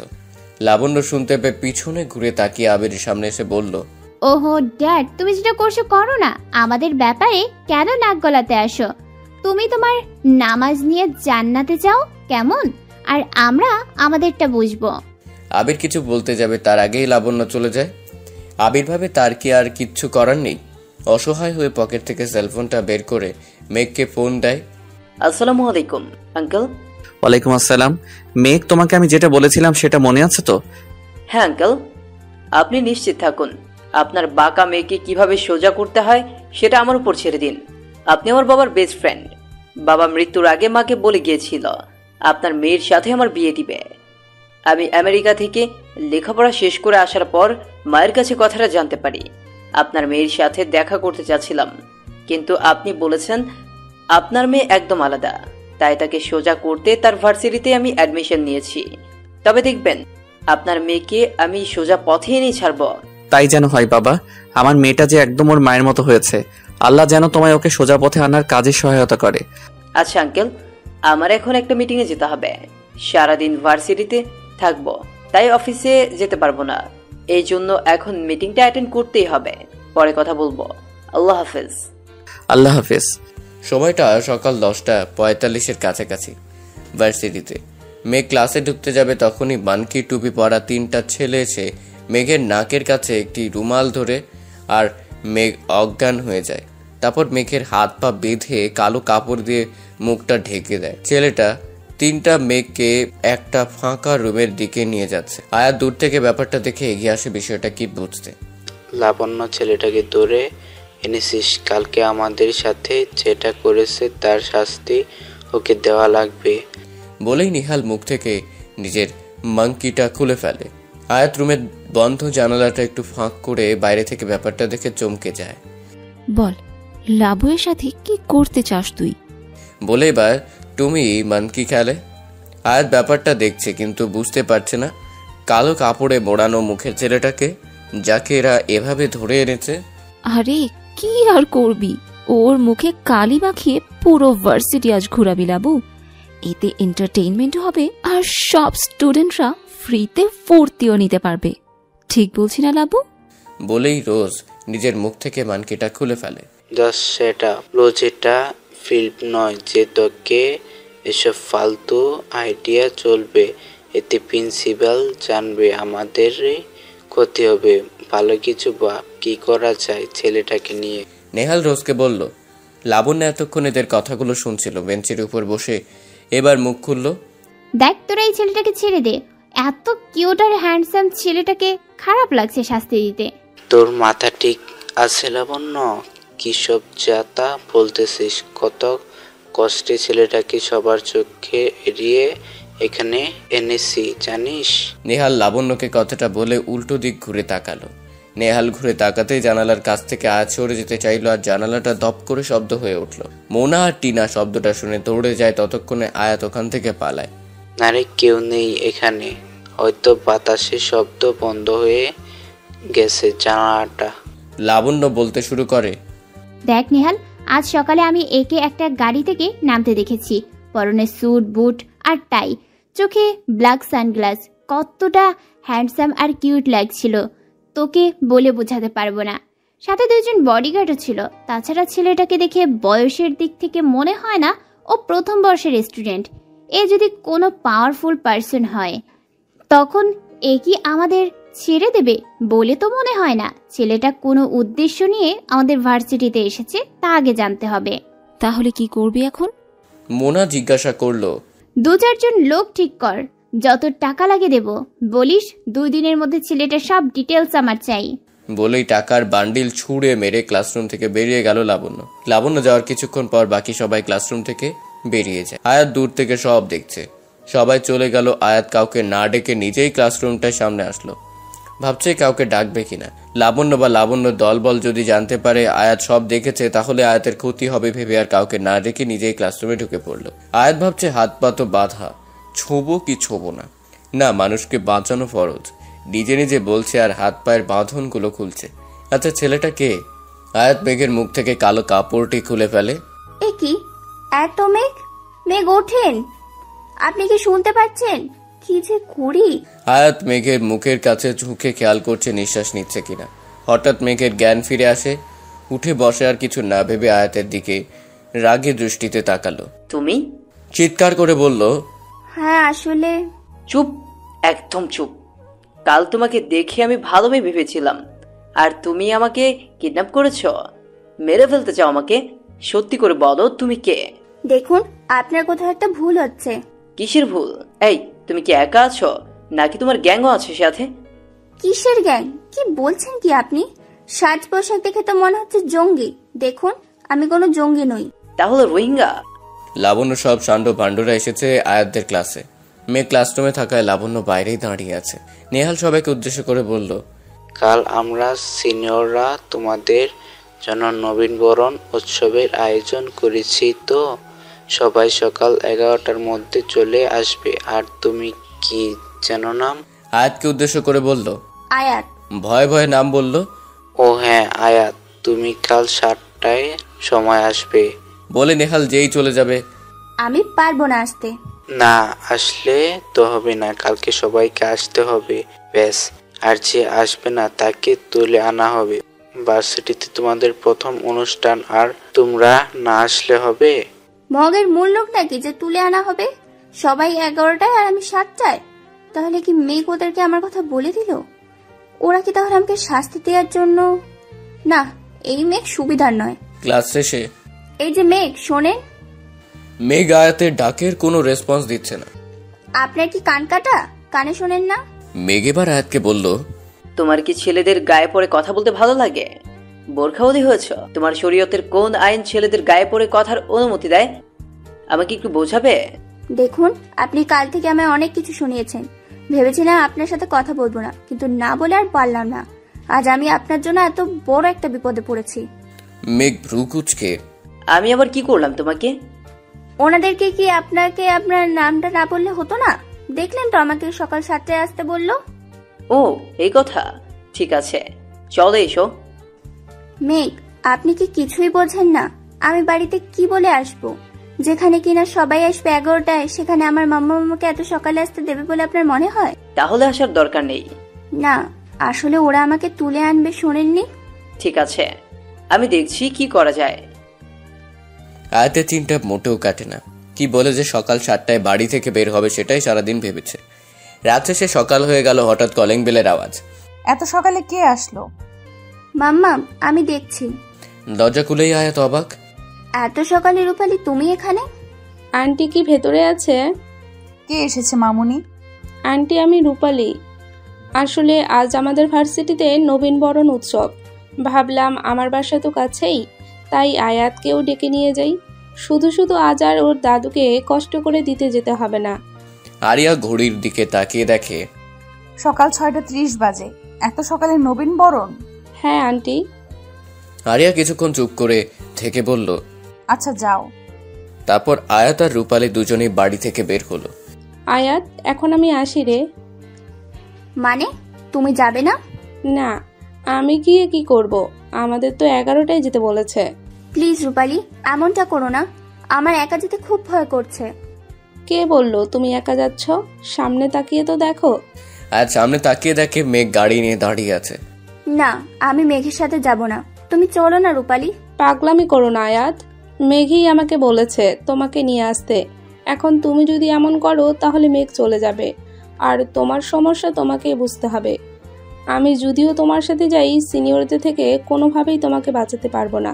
তার চেয়ে বরং তুমি মেঘের সাথে যাও, সেটাই বেটার হবে। আয়াত একটু একটু করে হেঁটে মেঘের সামনে এসে দাঁড়ালো। চলুন। মেঘ গাড়ির দরজাটা খুলে দিল। আয়াত গাড়িতে উঠলে মেঘ গিয়ে আয়াতের পাশে বসলো। ড্রাইভার, গাড়ি স্টার্ট করুন। গাড়ি চলছে আর আয়াত অস্বাচ্ছন্দ্য বোধ করছে। মেঘ সেটা খেয়াল করে, তাই মেঘ গাড়ি থামিয়ে সামনের সিটে গিয়ে ড্রাইভারের পাশে বসে। গাড়ি আবার চলতে শুরু করেছে আর মেঘ সামনের আয়নায় আয়াতকে দেখছে অনেক নার্ভাস মেয়েটা। না জানি লাবণ্য দলবল আবার কোন ফোন দিয়ে এটেছে মেয়েটাকে হেনস্থা করার। গাড়ি এসে ভার্সিটির সামনে থামলো। খুব শান্ত পরিবেশ, চারিদিকে কাউকে খুঁজে পাওয়া যাচ্ছে না। আচ্ছা, ওরা আমাকে এত সকালে বোকা বানানোর জন্য আসতে বলেনি তো? সব আপনার জন্য হয়েছে। কে বলেছিল আপনাকে আমার নাম বলতে? দেখো, তোমার নাম আমি কাউকে বলিনি। বড্ড বেশি কথা বলছো, আর যদি একটাও কথা শুনি তাহলে তোমাকে একা রেখে এক্ষুনি চলে যাব। আয়াত ভয় আর কোনো কথা বলছে না। দুজনেই পুরো ভার্সিটিতে চক্কর দিচ্ছে।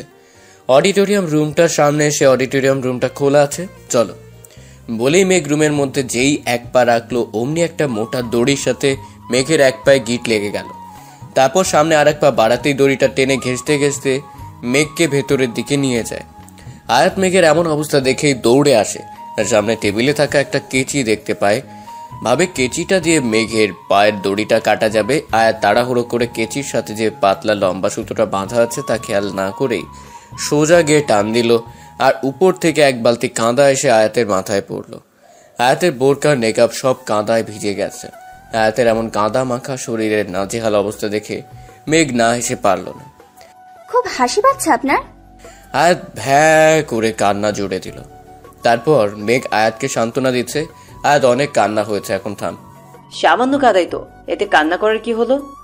সামান্য কাদা, তাই না? আপনার গায়ের উপর পড়লে বুঝতেন।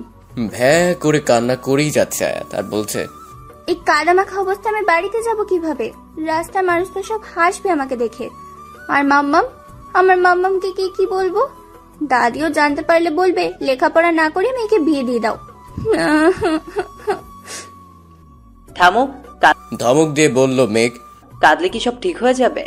তার চেয়ে বরং ওয়াশরুমে গিয়ে পরিষ্কার করে নাও। এগুলো ওয়াশরুমে গিয়ে পরিষ্কার করে শুকোবে কখন? 11টা বাজলেই সবাই এসে পড়বে। আমাকে জোকার সেজেই থেকে যেতে হবে সবার সামনে।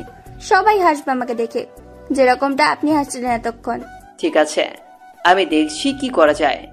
তুমি গিয়ে ওয়াশরুমে পরিষ্কার হয়ে নাও, আমি এখানে আছি।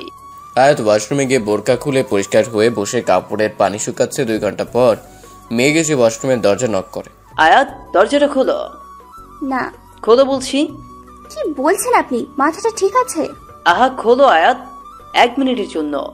বললাম তো খুলবো না, আমার পর্দা নষ্ট হয়ে যাবে। আমি বলছি হবে না, সামান্য একটু খুললেই হবে, নইলে কিছুক্ষণ পর সবাই আসলে তখন বুঝবে। দরজা খুলে আপনি কি করবেন? শুধু এই ব্যাগগুলো দিব তোমায়। কিসের ব্যাগ? দেখলেই বুঝতে পারবে। আয়াত ওয়াশরুমের দরজাটা সামান্য একটু খুলে হাত বাড়াতেই মেঘ আয়াতের হাতের পানে চেয়ে রইল। এত সুন্দর ফর্সা হাত, চেহারা না জানি কত সুন্দর, অথচ এই মেয়ে আজকের দিনেও নিজের সৌন্দর্য প্রদর্শন না করে ঢেকে রাখে। কি হলো মেঘ, দেবেন? আয়াতের ডাকে মেঘ তাড়াতাড়ি ব্যাগগুলো আয়াতের হাতের আঙ্গুলে বাঁধিয়ে দেয়। আয়াত আঙ্গুলের মোচড় পেয়ে তাল সামলাতে না পেরে 2 হাত দিয়ে ব্যাগগুলো যেই ধরতে যাবে তখনই দরজাটা খুলে যায় আর মেঘের সামনে আয়াতের মুখ চলে আসে। আয়াত সাথে সাথে ঘুরে ব্যাগগুলো নিয়ে ওয়াশরুমের ভেতর থেকে দরজাটা আবার বন্ধ করে দেয়। আর মেঘ আয়াতের মুখটা দেখে সেখানেই থমকে যায়, মনে মনে ভাবে এই বোরখাওয়ালি আয়াত এত সুন্দর দেখতে। আর ওদিকে আয়াত ওয়াশরুমের দরজার সাথে পিঠ ঠেকিয়ে মনে মনে বলতে থাকে, হে আল্লাহ, আমাকে তুমি ক্ষমা করে দাও, আমি ইচ্ছা করে মেঘের সামনে আসিনি। মেঘ আয়াতের মুখ দেখে নেওয়ায় আয়াত মেঘের সাথে কথা বলতে লজ্জা পাচ্ছে। হঠাৎ মেঘ আয়াতকে ডাকলো। কি হলো, ওখানে বসে থাকবে নাকি? আয়াত চুপ হয়ে আছে। দেখো, আর কিছুক্ষণের মধ্যেই সবাই চলে আসবে। আয়াত নীরবতা ভেঙে ব্যাগগুলো খুলে খুলে দেখছে আর বলছে, এতগুলো বোরখা দিয়ে আমি কি করব? তাছাড়াও সব আমার সাইজেরও না, কিছু বড় হয়ে যাবে তো কিছু ছোট হয়ে যাবে। আরে সেই জন্যই তো এতগুলো এনেছি। তোমার মাপ তো আমার জানা নেই, যেটাতে ফিটিং হয় সেটা পরে বাইরে এসো। কিছুক্ষণ পর ভালো দেখে একটা বোরখা পরে আয়াত নিজেকে সম্পূর্ণ ঢেকে পরিপূর্ণ পর্দা সহকারে বাইরে আসলো। এবার মেঘেরও আয়াতকে দেখে একটু লজ্জা লজ্জা লাগছে। মেঘ আয়াতকে একটু অপেক্ষা করতে বলে কোথায় যেন চলে গেল। কিছুক্ষণ পর মেঘ আসলে আয়াত জানতে চাইলো, কিন্তু মেঘ বলল না সে কোথায় গিয়েছিল, শুধু বলল সময় হলে ঠিক জানতে পারবে। তারপর দুজনে পুরো ভার্সিটিতে অল্প অল্প করে কথা বলছে আর হাঁটছে। ঘড়ির কাঁটায় সকাল 11টা ছুঁই ছুঁই। সকলে আসতে শুরু করেছে। মেঘ কাউকে অডিটোরিয়াম রুমে যেতে দিচ্ছে না, বলছে সিনিয়ররা আমাদের জন্য এত সুন্দর করে আয়োজন করেছে, তারাই আগে রুমটা খুলুক, আমরা আরো একটু অপেক্ষা করি, না হলে ভালো দেখায় না। সবাই অডিটোরিয়াম রুমটার সামনে দাঁড়িয়ে আছে। ইতিমধ্যে লাবণ্য তার সান্ড পাণ্ডুরে নিয়ে হাজির। লাবণ্য আয়াতকে হেসে হেসে সবার সাথে কথা বলতে দেখে ভীষণ রেগে যায়। এই মেয়ে, তোমাকে না সকাল 7টায় আসতে বলা হয়েছে? আপু, আমি তো সকাল 7টায় এসেছি। লাবু, ওকে পরে দেখে নেব, আর দেরি করিস না, দরজা খোল। লাবণ্য অডিটোরিয়াম রুমের দরজাটা খুলে ভিতরে যেতে এক বালতি কাঁদা লাবণ্যর মাথায় এসে পড়ে আর লাবণ্যর পুরো শরীর ভিজে যায়। লাবণ্যর এমন অবস্থা দেখে সবাই হেসে দেয়, হাসতে বাকি থাকে না তার সান্ড পাণ্ডগুলো। লাবণ্য লজ্জায় সেখানেই বসে পড়ে, কিচ্ছু বুঝে উঠতে পারে না কি করবে। আয়াত লাবণ্যর এমন অবস্থা দেখে চিৎকার করে সবাইকে থামতে বলে। সবাইকে বোঝাই তোমরা এভাবে হেসো না, লাবণ্যাপুর জায়গায় তোমরা থাকলে তোমাদের অবস্থাও ঠিক এমনটাই হতো। তারপর দৌড়ে এসে লাবণ্যকে উঠিয়ে দাঁড় করায়। ওয়াশরুমে চলুন আপু, কাদা পরিষ্কার করবেন। আয়াত, তোমার কি বুদ্ধি লোপ পেয়েছে? যে মেয়েটা তোমাকে সবার সামনে অপদস্থ করতে চেয়েছিল, সেই মেয়েটার জন্যই তুমি ভাবছ? তাহলে এটা আপনারই কাজ? ছি মেঘ, ছি, আমি আপনার কাছে এমনটা আশা করিনি। কেউ ইট মারলে কি তাকে পাটকেলটা ছুটতে হবে? কি লাভ পেলেন এমনটা করে? একটা মেয়েকে এইভাবে সকলের সামনে অপমান না করলে আপনার হচ্ছিল না? আয়াত, ওকে শিক্ষা না দিলেও সোজা হবে না। তাই বলে এভাবে? আয়াত হাতটা উঁচু করে মেঘকে থামিয়ে বলল, আপনার থেকে আমি আর কোন কথাই শুনতে চাই না। তারপর লাবণ্যকে নিয়ে ওয়াশরুমে গিয়ে আয়াত লাবণ্যকে গোসল করে পরিষ্কার করে দেয়। লাবণ্যর সামনে বোরখার ব্যাগগুলো রেখে, আপু, এখান থেকে যে বোরখাটা আপনার ফিটিং হয় সেটা পরে নিন। লাবণ্য বোরখা পরে আয়াতকে জড়িয়ে ধরে। আয়াত, তুমি আমাকে ক্ষমা করে দাও। আজ তো আমার মরে যেতে ইচ্ছে করছিল। যাদেরকে আমার আপন ভেবেছিলাম সেই ফ্রেন্ডটাও আমার এই অবস্থা দেখে হাসলো, আর তুমি কি না? থাক না আপু, যা হয়ে গেছে ভুলে যান, আর নতুন করে সবকিছু শুরু করুন। আর জানেন আপনাকে বোরখাতে কত সুন্দর দেখতে লাগছে। যাদের আপনি বন্ধু ভাবেন তারা কি অনন্তকাল আপনার সাথে থাকবে বলুন? আপনি একটা মেয়ে, আর মেয়েদের সৌন্দর্য সকলের সামনে প্রদর্শন করার জন্য নয়। মেয়েরা যে অতি মূল্যবান সম্পদ, এ দুনিয়া বেশি দিনের জন্য নয় আপু। এখন ফ্যাটনার সময়, বাবা মা পরিবার পরিজন কেউই একদিন থাকবে না। ওই অন্ধকার কবরে থাকবে না কোনো বন্ধু বান্ধব। আপনাকে ওই দিনটার জন্যই নিজেকে গোছাতে হবে। ঠিক বলেছ আয়াত, আজ থেকে আমি সব খারাপ কাজ থেকে ছেড়ে দেব। আল্লাহ আপনাকে সেই তৌফিক দান করুক। আয়াত লাবণ্যকে নিয়ে ওয়াশরুমের বাইরে আসলো। সবাই লাবণ্য দিকে হা হয়ে তাকিয়ে আছে। যারা আপাদমস্তক বোরখার আবরণে ঢাকা লাবণ্য সান্ড পাণ্ডুরাও নিজের চোখকে বিশ্বাস করতে পারছে না। এটা কি সেই লাবণ্য? উৎসব জমে উঠেছে, কেউ নাচ করছে, কেউ গান করছে, তো কেউ স্টেজে গিয়ে ফান করছে। আয়াত নাচ গান থেকে একটু দূরেই আছে। মেঘ অনেকবার আয়াতের সাথে কথা বলার চেষ্টা করেছে, কিন্তু আয়াত মেঘকে এড়িয়ে চলছে। এভাবে দুপুর 1টা বেজে গেল। আয়াতের দাদু এসেছে আয়াতকে নিতে। আয়াত চলে যাবে তখনই টমি এসে একটা শরবতের গ্লাস আয়াতের হাতে ধরিয়ে দিল।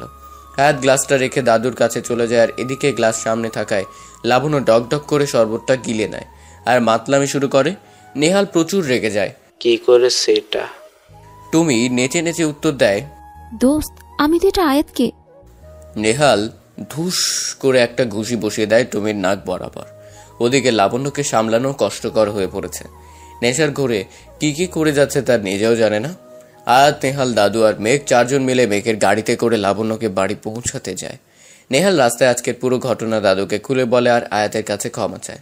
লাবণ্য আয়াতের কাঁধে মাথা রেখে ঢুলে পড়ে। লাবণ্যকে বাড়িতে আনলে সকিনার দরজা খুলে চিৎকার, সাহেব জলদি আহেন, দেখা যান কি কাণ্ড ঘটছে। আবির সকিনার চিৎকার শুনে দৌড়ে আসে। সিঁড়ি দিয়ে নামতে নামতে, কি হয়েছে সকিনা আপা? আবির নিচে নেমে দরজার দিকে তাকাতেই অবাক। আবিরের চোখে আর কিচ্ছু আসছে না, শুধু বাবাকে দেখছে। এত বছর পর তার বাবার সাথে এইভাবে দেখা হবে সে ভাবেনি কখনো। অন্যদিকে আবিরের বাবারও চোখ বেয়ে পানি গড়িয়ে পড়ছে। এ যেন এক নিছক মায়া। আবার তীব্র রাগও বুকের ভেতর পুষে আছে। তোমরা লাবণ্যকে নিয়ে ভেতরে যাও, আমি ওর বাবার সাথে কথা বলছি। বাবা কেমন আছো? কিসের বাবা? কোন বাবা? আমার ছেলে তো 19 বছর আগেই মারা গেছে। প্লিজ বাবা ওভাবে বলো না। কোথায় ছিলে তোমরা? আমি 17 বছর আগে গিয়েছিলাম খুলনায়। যেই বাড়িটাতে আমরা থাকতাম সেখানে তোমাদের কাউকে খুঁজে পাইনি। আমি জানি আমি অনেক বড় অপরাধ করেছি, কিন্তু ক্ষমা চাওয়ার সুযোগটাও তো কখনোই পাইনি বাবা। হাঁটু গেড়ে বসে দুই হাত জোর করে কান্নারত অবস্থায় বলল আবির, অপরাধ করেছো তুমি, পাপ করেছো, পাপ। তোমার মতো পাপী ছেলের আমার প্রয়োজন নেই। আর খুলনা থেকে ঢাকায় আমরা কেন এসেছি সেটা জানার কোনো অধিকার তুমি রাখো না। প্লিজ বাবা ওভাবে বলো না। আমার আরি কেমন আছে? আর আমার মেয়ে, যাকে আমি এইটুকু ছোট থাকতে দেখেছিলাম? তোমার মেয়ে? হাসালে আবির। একটা কথা শুনে রাখো, আয়াত যেন কিছুতেই জানতে না পারে তুমি ওর বাবা। ছোটবেলা থেকে ও জেনে এসেছে ওর বাবা খুব ভালো মানুষ ছিল। বাবা শব্দটার প্রতি একটা সম্মান সৃষ্টি হয়েছে আমার দাদু ভাইয়ের মনে। সেই সম্মানটা তুমি ঘৃণায় পরিণত করে দিও না। আয়াত, আমার মেয়ে আয়াত কোথায়? ও দাদু চলো এখন যাই। হ্যাঁ দাদু ভাই চলো। আবির আয়াতকে পা থেকে মাথা অবধি একবার তাকিয়ে দেখলো। একদম আরবির মতোই হয়েছে। খুব ইচ্ছা করছে মেয়েটাকে একবার জড়িয়ে ধরতে। আয়াত। হ্যাঁ আঙ্কেল, কিছু বলবেন? না, কিছু বলবে না। তুমি চলো তো দাদু ভাই। এমনিতেই অনেক দেরি হয়ে গেছে, তোমার মাম্মাম চিন্তা করবে। আর হ্যাঁ মিস্টার আবির খান, মেয়েকে সুশিক্ষা তো দিতে পারোনি, শুধু দন দৌলতি বাড়িয়েছেন। এখন একটু মেয়েকে নিয়ে ভাবুন। বলেই চলে যায় আয়াতের হাত ধরে টানতে টানতে। আচ্ছা দাদু, আঙ্কেল মনে হয় কিছু বলতে চাচ্ছিল আমাকে। কই, তেমনটা তো আমার মনে হলো না দাদু ভাই। দাদু বল। লাবণ্য চৌধুরীর বাবার নাম আবির খান হয় কিভাবে? সরি দাদু ভাই, আবির চৌধুরী বলতে যাব, তা আসলে আমার গুলিয়ে গিয়েছে। ও আচ্ছা। আয়াতকে ওভাবে নিয়ে যাওয়ায় আবিরের কষ্টে বুকটা ফেটে যাচ্ছে। আবিরকে কাঁদতে দেখে মেঘ এসে সান্ত্বনা দিচ্ছে। মেঘ তখন আবির আর আয়াতের দাদুর বলা সব কথা শুনে নিয়েছে আড়াল থেকে। তাই আবিরের কাছে জানতে চাইলে আবির 19 বছর আগে সব ঘটনায় মেঘকে খুলে বলে। তার মানে আয়াত আপনার মেয়ে আঙ্কেল? হ্যাঁ বাবা, হ্যাঁ আয়াত আমার মেয়ে। কিন্তু ভাগ্যের কি নির্মম পরিহাস দেখো, আজ নিজের মেয়েকেই আমি আমার পরিচয় দিতে পারবো না, বলতে পারবো না তুই আমার মেয়ে। আপনি ভাববেন না আঙ্কেল, সব ঠিক হয়ে যাবে। আচ্ছা কি ঠিক হয়ে যাবে আবির? নেহা এতক্ষণ বাড়িতে ছিল না, এইমাত্র বাড়িতে ফিরল। কই কিছু না তো। আবির চোখের পানিটা মুছে নেয়। এনে কে? একে চিনছো না? আমার বন্ধুর ছেলে, যার কথা তোমাকে বলতাম আমাদের লাবণ্যর জন্য। এই সেই বিজনেসম্যান মিস্টার মেঘ রহমান। কি আপনি বিজনেসম্যান মিস্টার মেঘ রহমান? আপনার সফলতার গল্প কত পড়েছি। আরে আবির, তুমি তো আমাকে আগে বলনি ইনি তোমার সেই বন্ধুর ছেলে। নেহা মনে মনে স্বপ্ন দেখছে। ছেলেটাকে যদি আমাদের লাবুর সাথে বিয়ে দাও তাহলে তার অর্ধেক সম্পত্তি হাতিয়ে নেওয়া যাবে। অন্য একদিন আসবো, আজকে আসি। সে কি বাবা, কিছু খেয়ে গেলে হতো না? না আন্টি, আজ খুব তাড়া আছে, অন্য একদিন। ঘুম ঘুম চোখে তাকাচ্ছে লাবণ্য। একটু উঠে বসতেই মাথাটা ধরেছে। এ কি লাবণ্য, তুই উঠে পড়েছিস? নেহাল কি হয়েছিল আমার? ওর টমিটা তোকে। নেহালের আর কিছু বলার আগে লাবণ্য সব মনে পড়ে গেল। এইসব আমার প্রাপ্য ছিল। আমি সত্যি খুব খারাপ রে।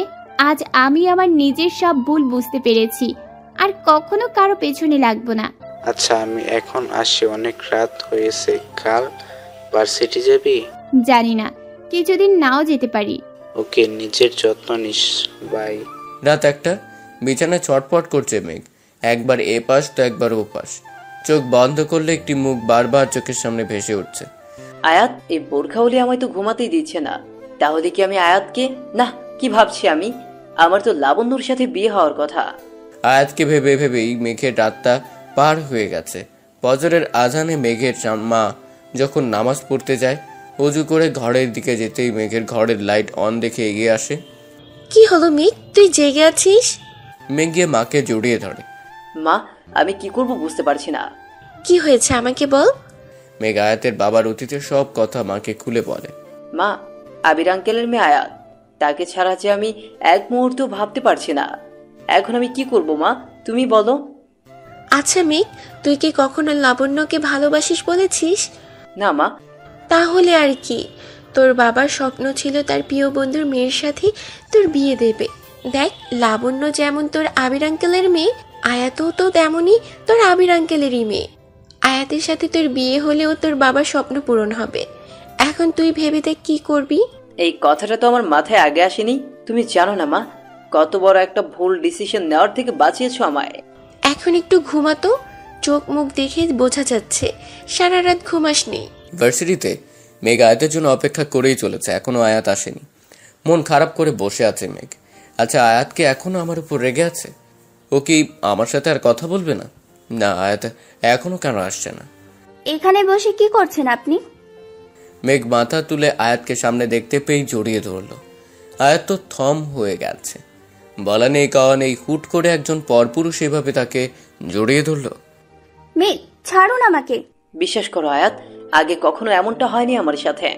কাল সারা রাত তোমার ওই মুখটাই আমার চোখে ভেসেছে।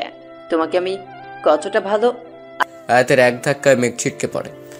আপনি একটা খারাপ লোক, আমাকে স্পর্শ করেছেন কোন অধিকারে? আয়াত, আমার কথাটা তো শোনো। কি শুনবো আপনার কথা? আপনি একটা নোংরা লোক, নইলে এইভাবে একটা মেয়েকে জড়িয়ে ধরতে পারতেন?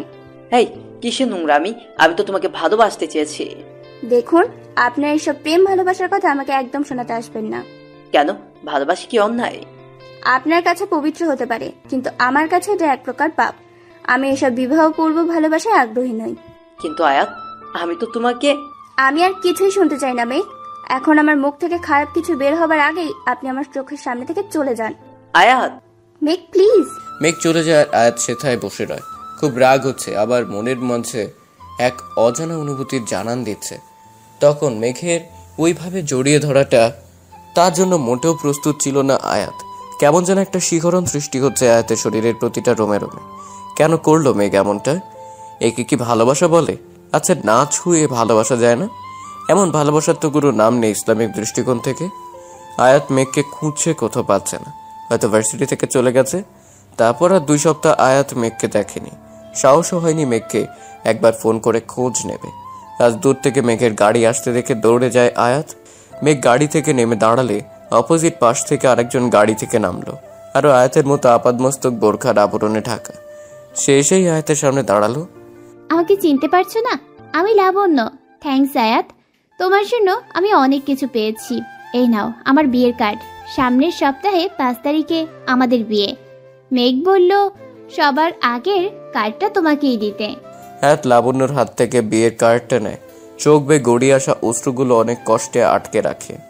লাবণ্য আয়াতকে সাথে নিয়ে একে একে পুরো ভার্সিটির সকলকে বিয়ের কার্ড দিয়ে নিমন্ত্রণ করছে।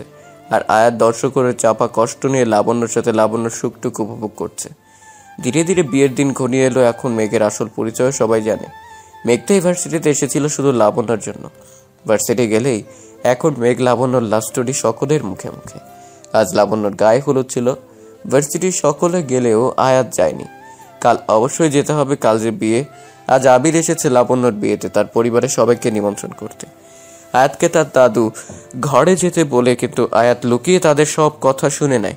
অনেক বড় একটা ধাক্কা খায় যখন জানতে পারে আবির তার বাবা। আয়াত কষ্টে ঘরে গিয়ে দরজা বন্ধ করে দেয়। ঘরের সব জিনিসপত্র ভাঙচুর শুরু করে। কেন আমাকে সারা জীবন বলা হয়েছে আমার বাবা মৃত? আয়াত আবিরের ডায়েরিটা হাতে নিয়ে পুড়িয়ে ফেলে। ঘরের ভেতরে জিনিসপত্র ভাঙচুরের আওয়াজ পেয়ে সকলে দৌড়ে আসে।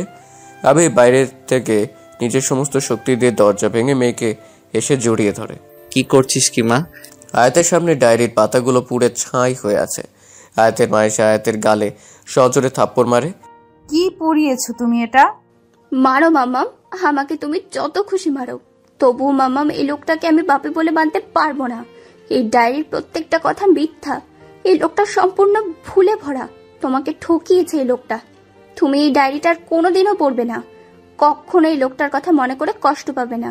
আয়াতের দাদা দাদি আবিরকে আয়াতের এমন অবস্থা দেখে অনেক অপমান করে তাড়িয়ে দেয়। অনেকদিন পর আয়াত ভার্সিটিতে আসে। এসে শুনে লাবণ্যর সাথে নেহালের বিয়ে হয়েছে। লাবণ্যর হঠাৎ এত চেঞ্জ হয়ে যাওয়া আর নেহালের লাবণ্যর প্রতি এত কেয়ারিং, এত দিনের বন্ধুত্ব ভালোবাসাতে পরিণত হয় মনের অজান্তে। আর মেঘ সেটা জানতে পেরে নেহার ভয় প্রকাশ করে না, কারণ নেহার কাছে মেঘ হচ্ছে সোনার ডিম পাড়া হাঁস। তাই মেঘ বিয়ের দিন নিজের জায়গায় নেহালকে বর বেশি বিয়ের আসনে বসিয়ে দেয়। আর মেঘ সে কোথায়? লাবণ্য আর নেহাল আয়াতকে মেঘের কাছে নিয়ে যায়। আয়াতের সামনে মেঘ কান ধরে হাঁটু গেড়ে বসে পড়ে। সরি আয়াত, এইটুকু অভিনয় করতেই হলো নেহাল লাবণ্যর জন্য। আয়াত মেঘকে ইশারায় উঠে দাঁড়াতে বলল। মেঘ উঠে দাঁড়ালেই আয়াত মেঘের বুকে কয়েকটা কিল বসিয়ে দেয়। আমাকে কেন বলেননি? সরি বললাম তো। সরি বললে সব ঠিক হয়ে যায়? আমার চোখের পানির বুঝি কোনো মূল্য নেই আপনার কাছে? আচ্ছা ঠিক আছে, আজ মাকে পাঠাবো তোমাদের বাড়িতে বিয়ের প্রস্তাব নিয়ে। মেঘ আয়াতকে আবিরের কথা বলে আবিরের কোনো কথাই আয়াত শুনতে চায়নি। মেঘ বোঝে আবির পরিস্থিতির শিকার হয়ে নেহাকে বিয়ে করেছে শুধুমাত্র লাবণ্যর কথা ভেবে। মেঘের সব কথা শুনে আয়াত আবিরকে বাবা হিসেবে মেনে নেয়। আর তাই আবির এখন তার পরিবারের সাথে থাকে। লাবণ্যর বিয়ে হয়ে গেল।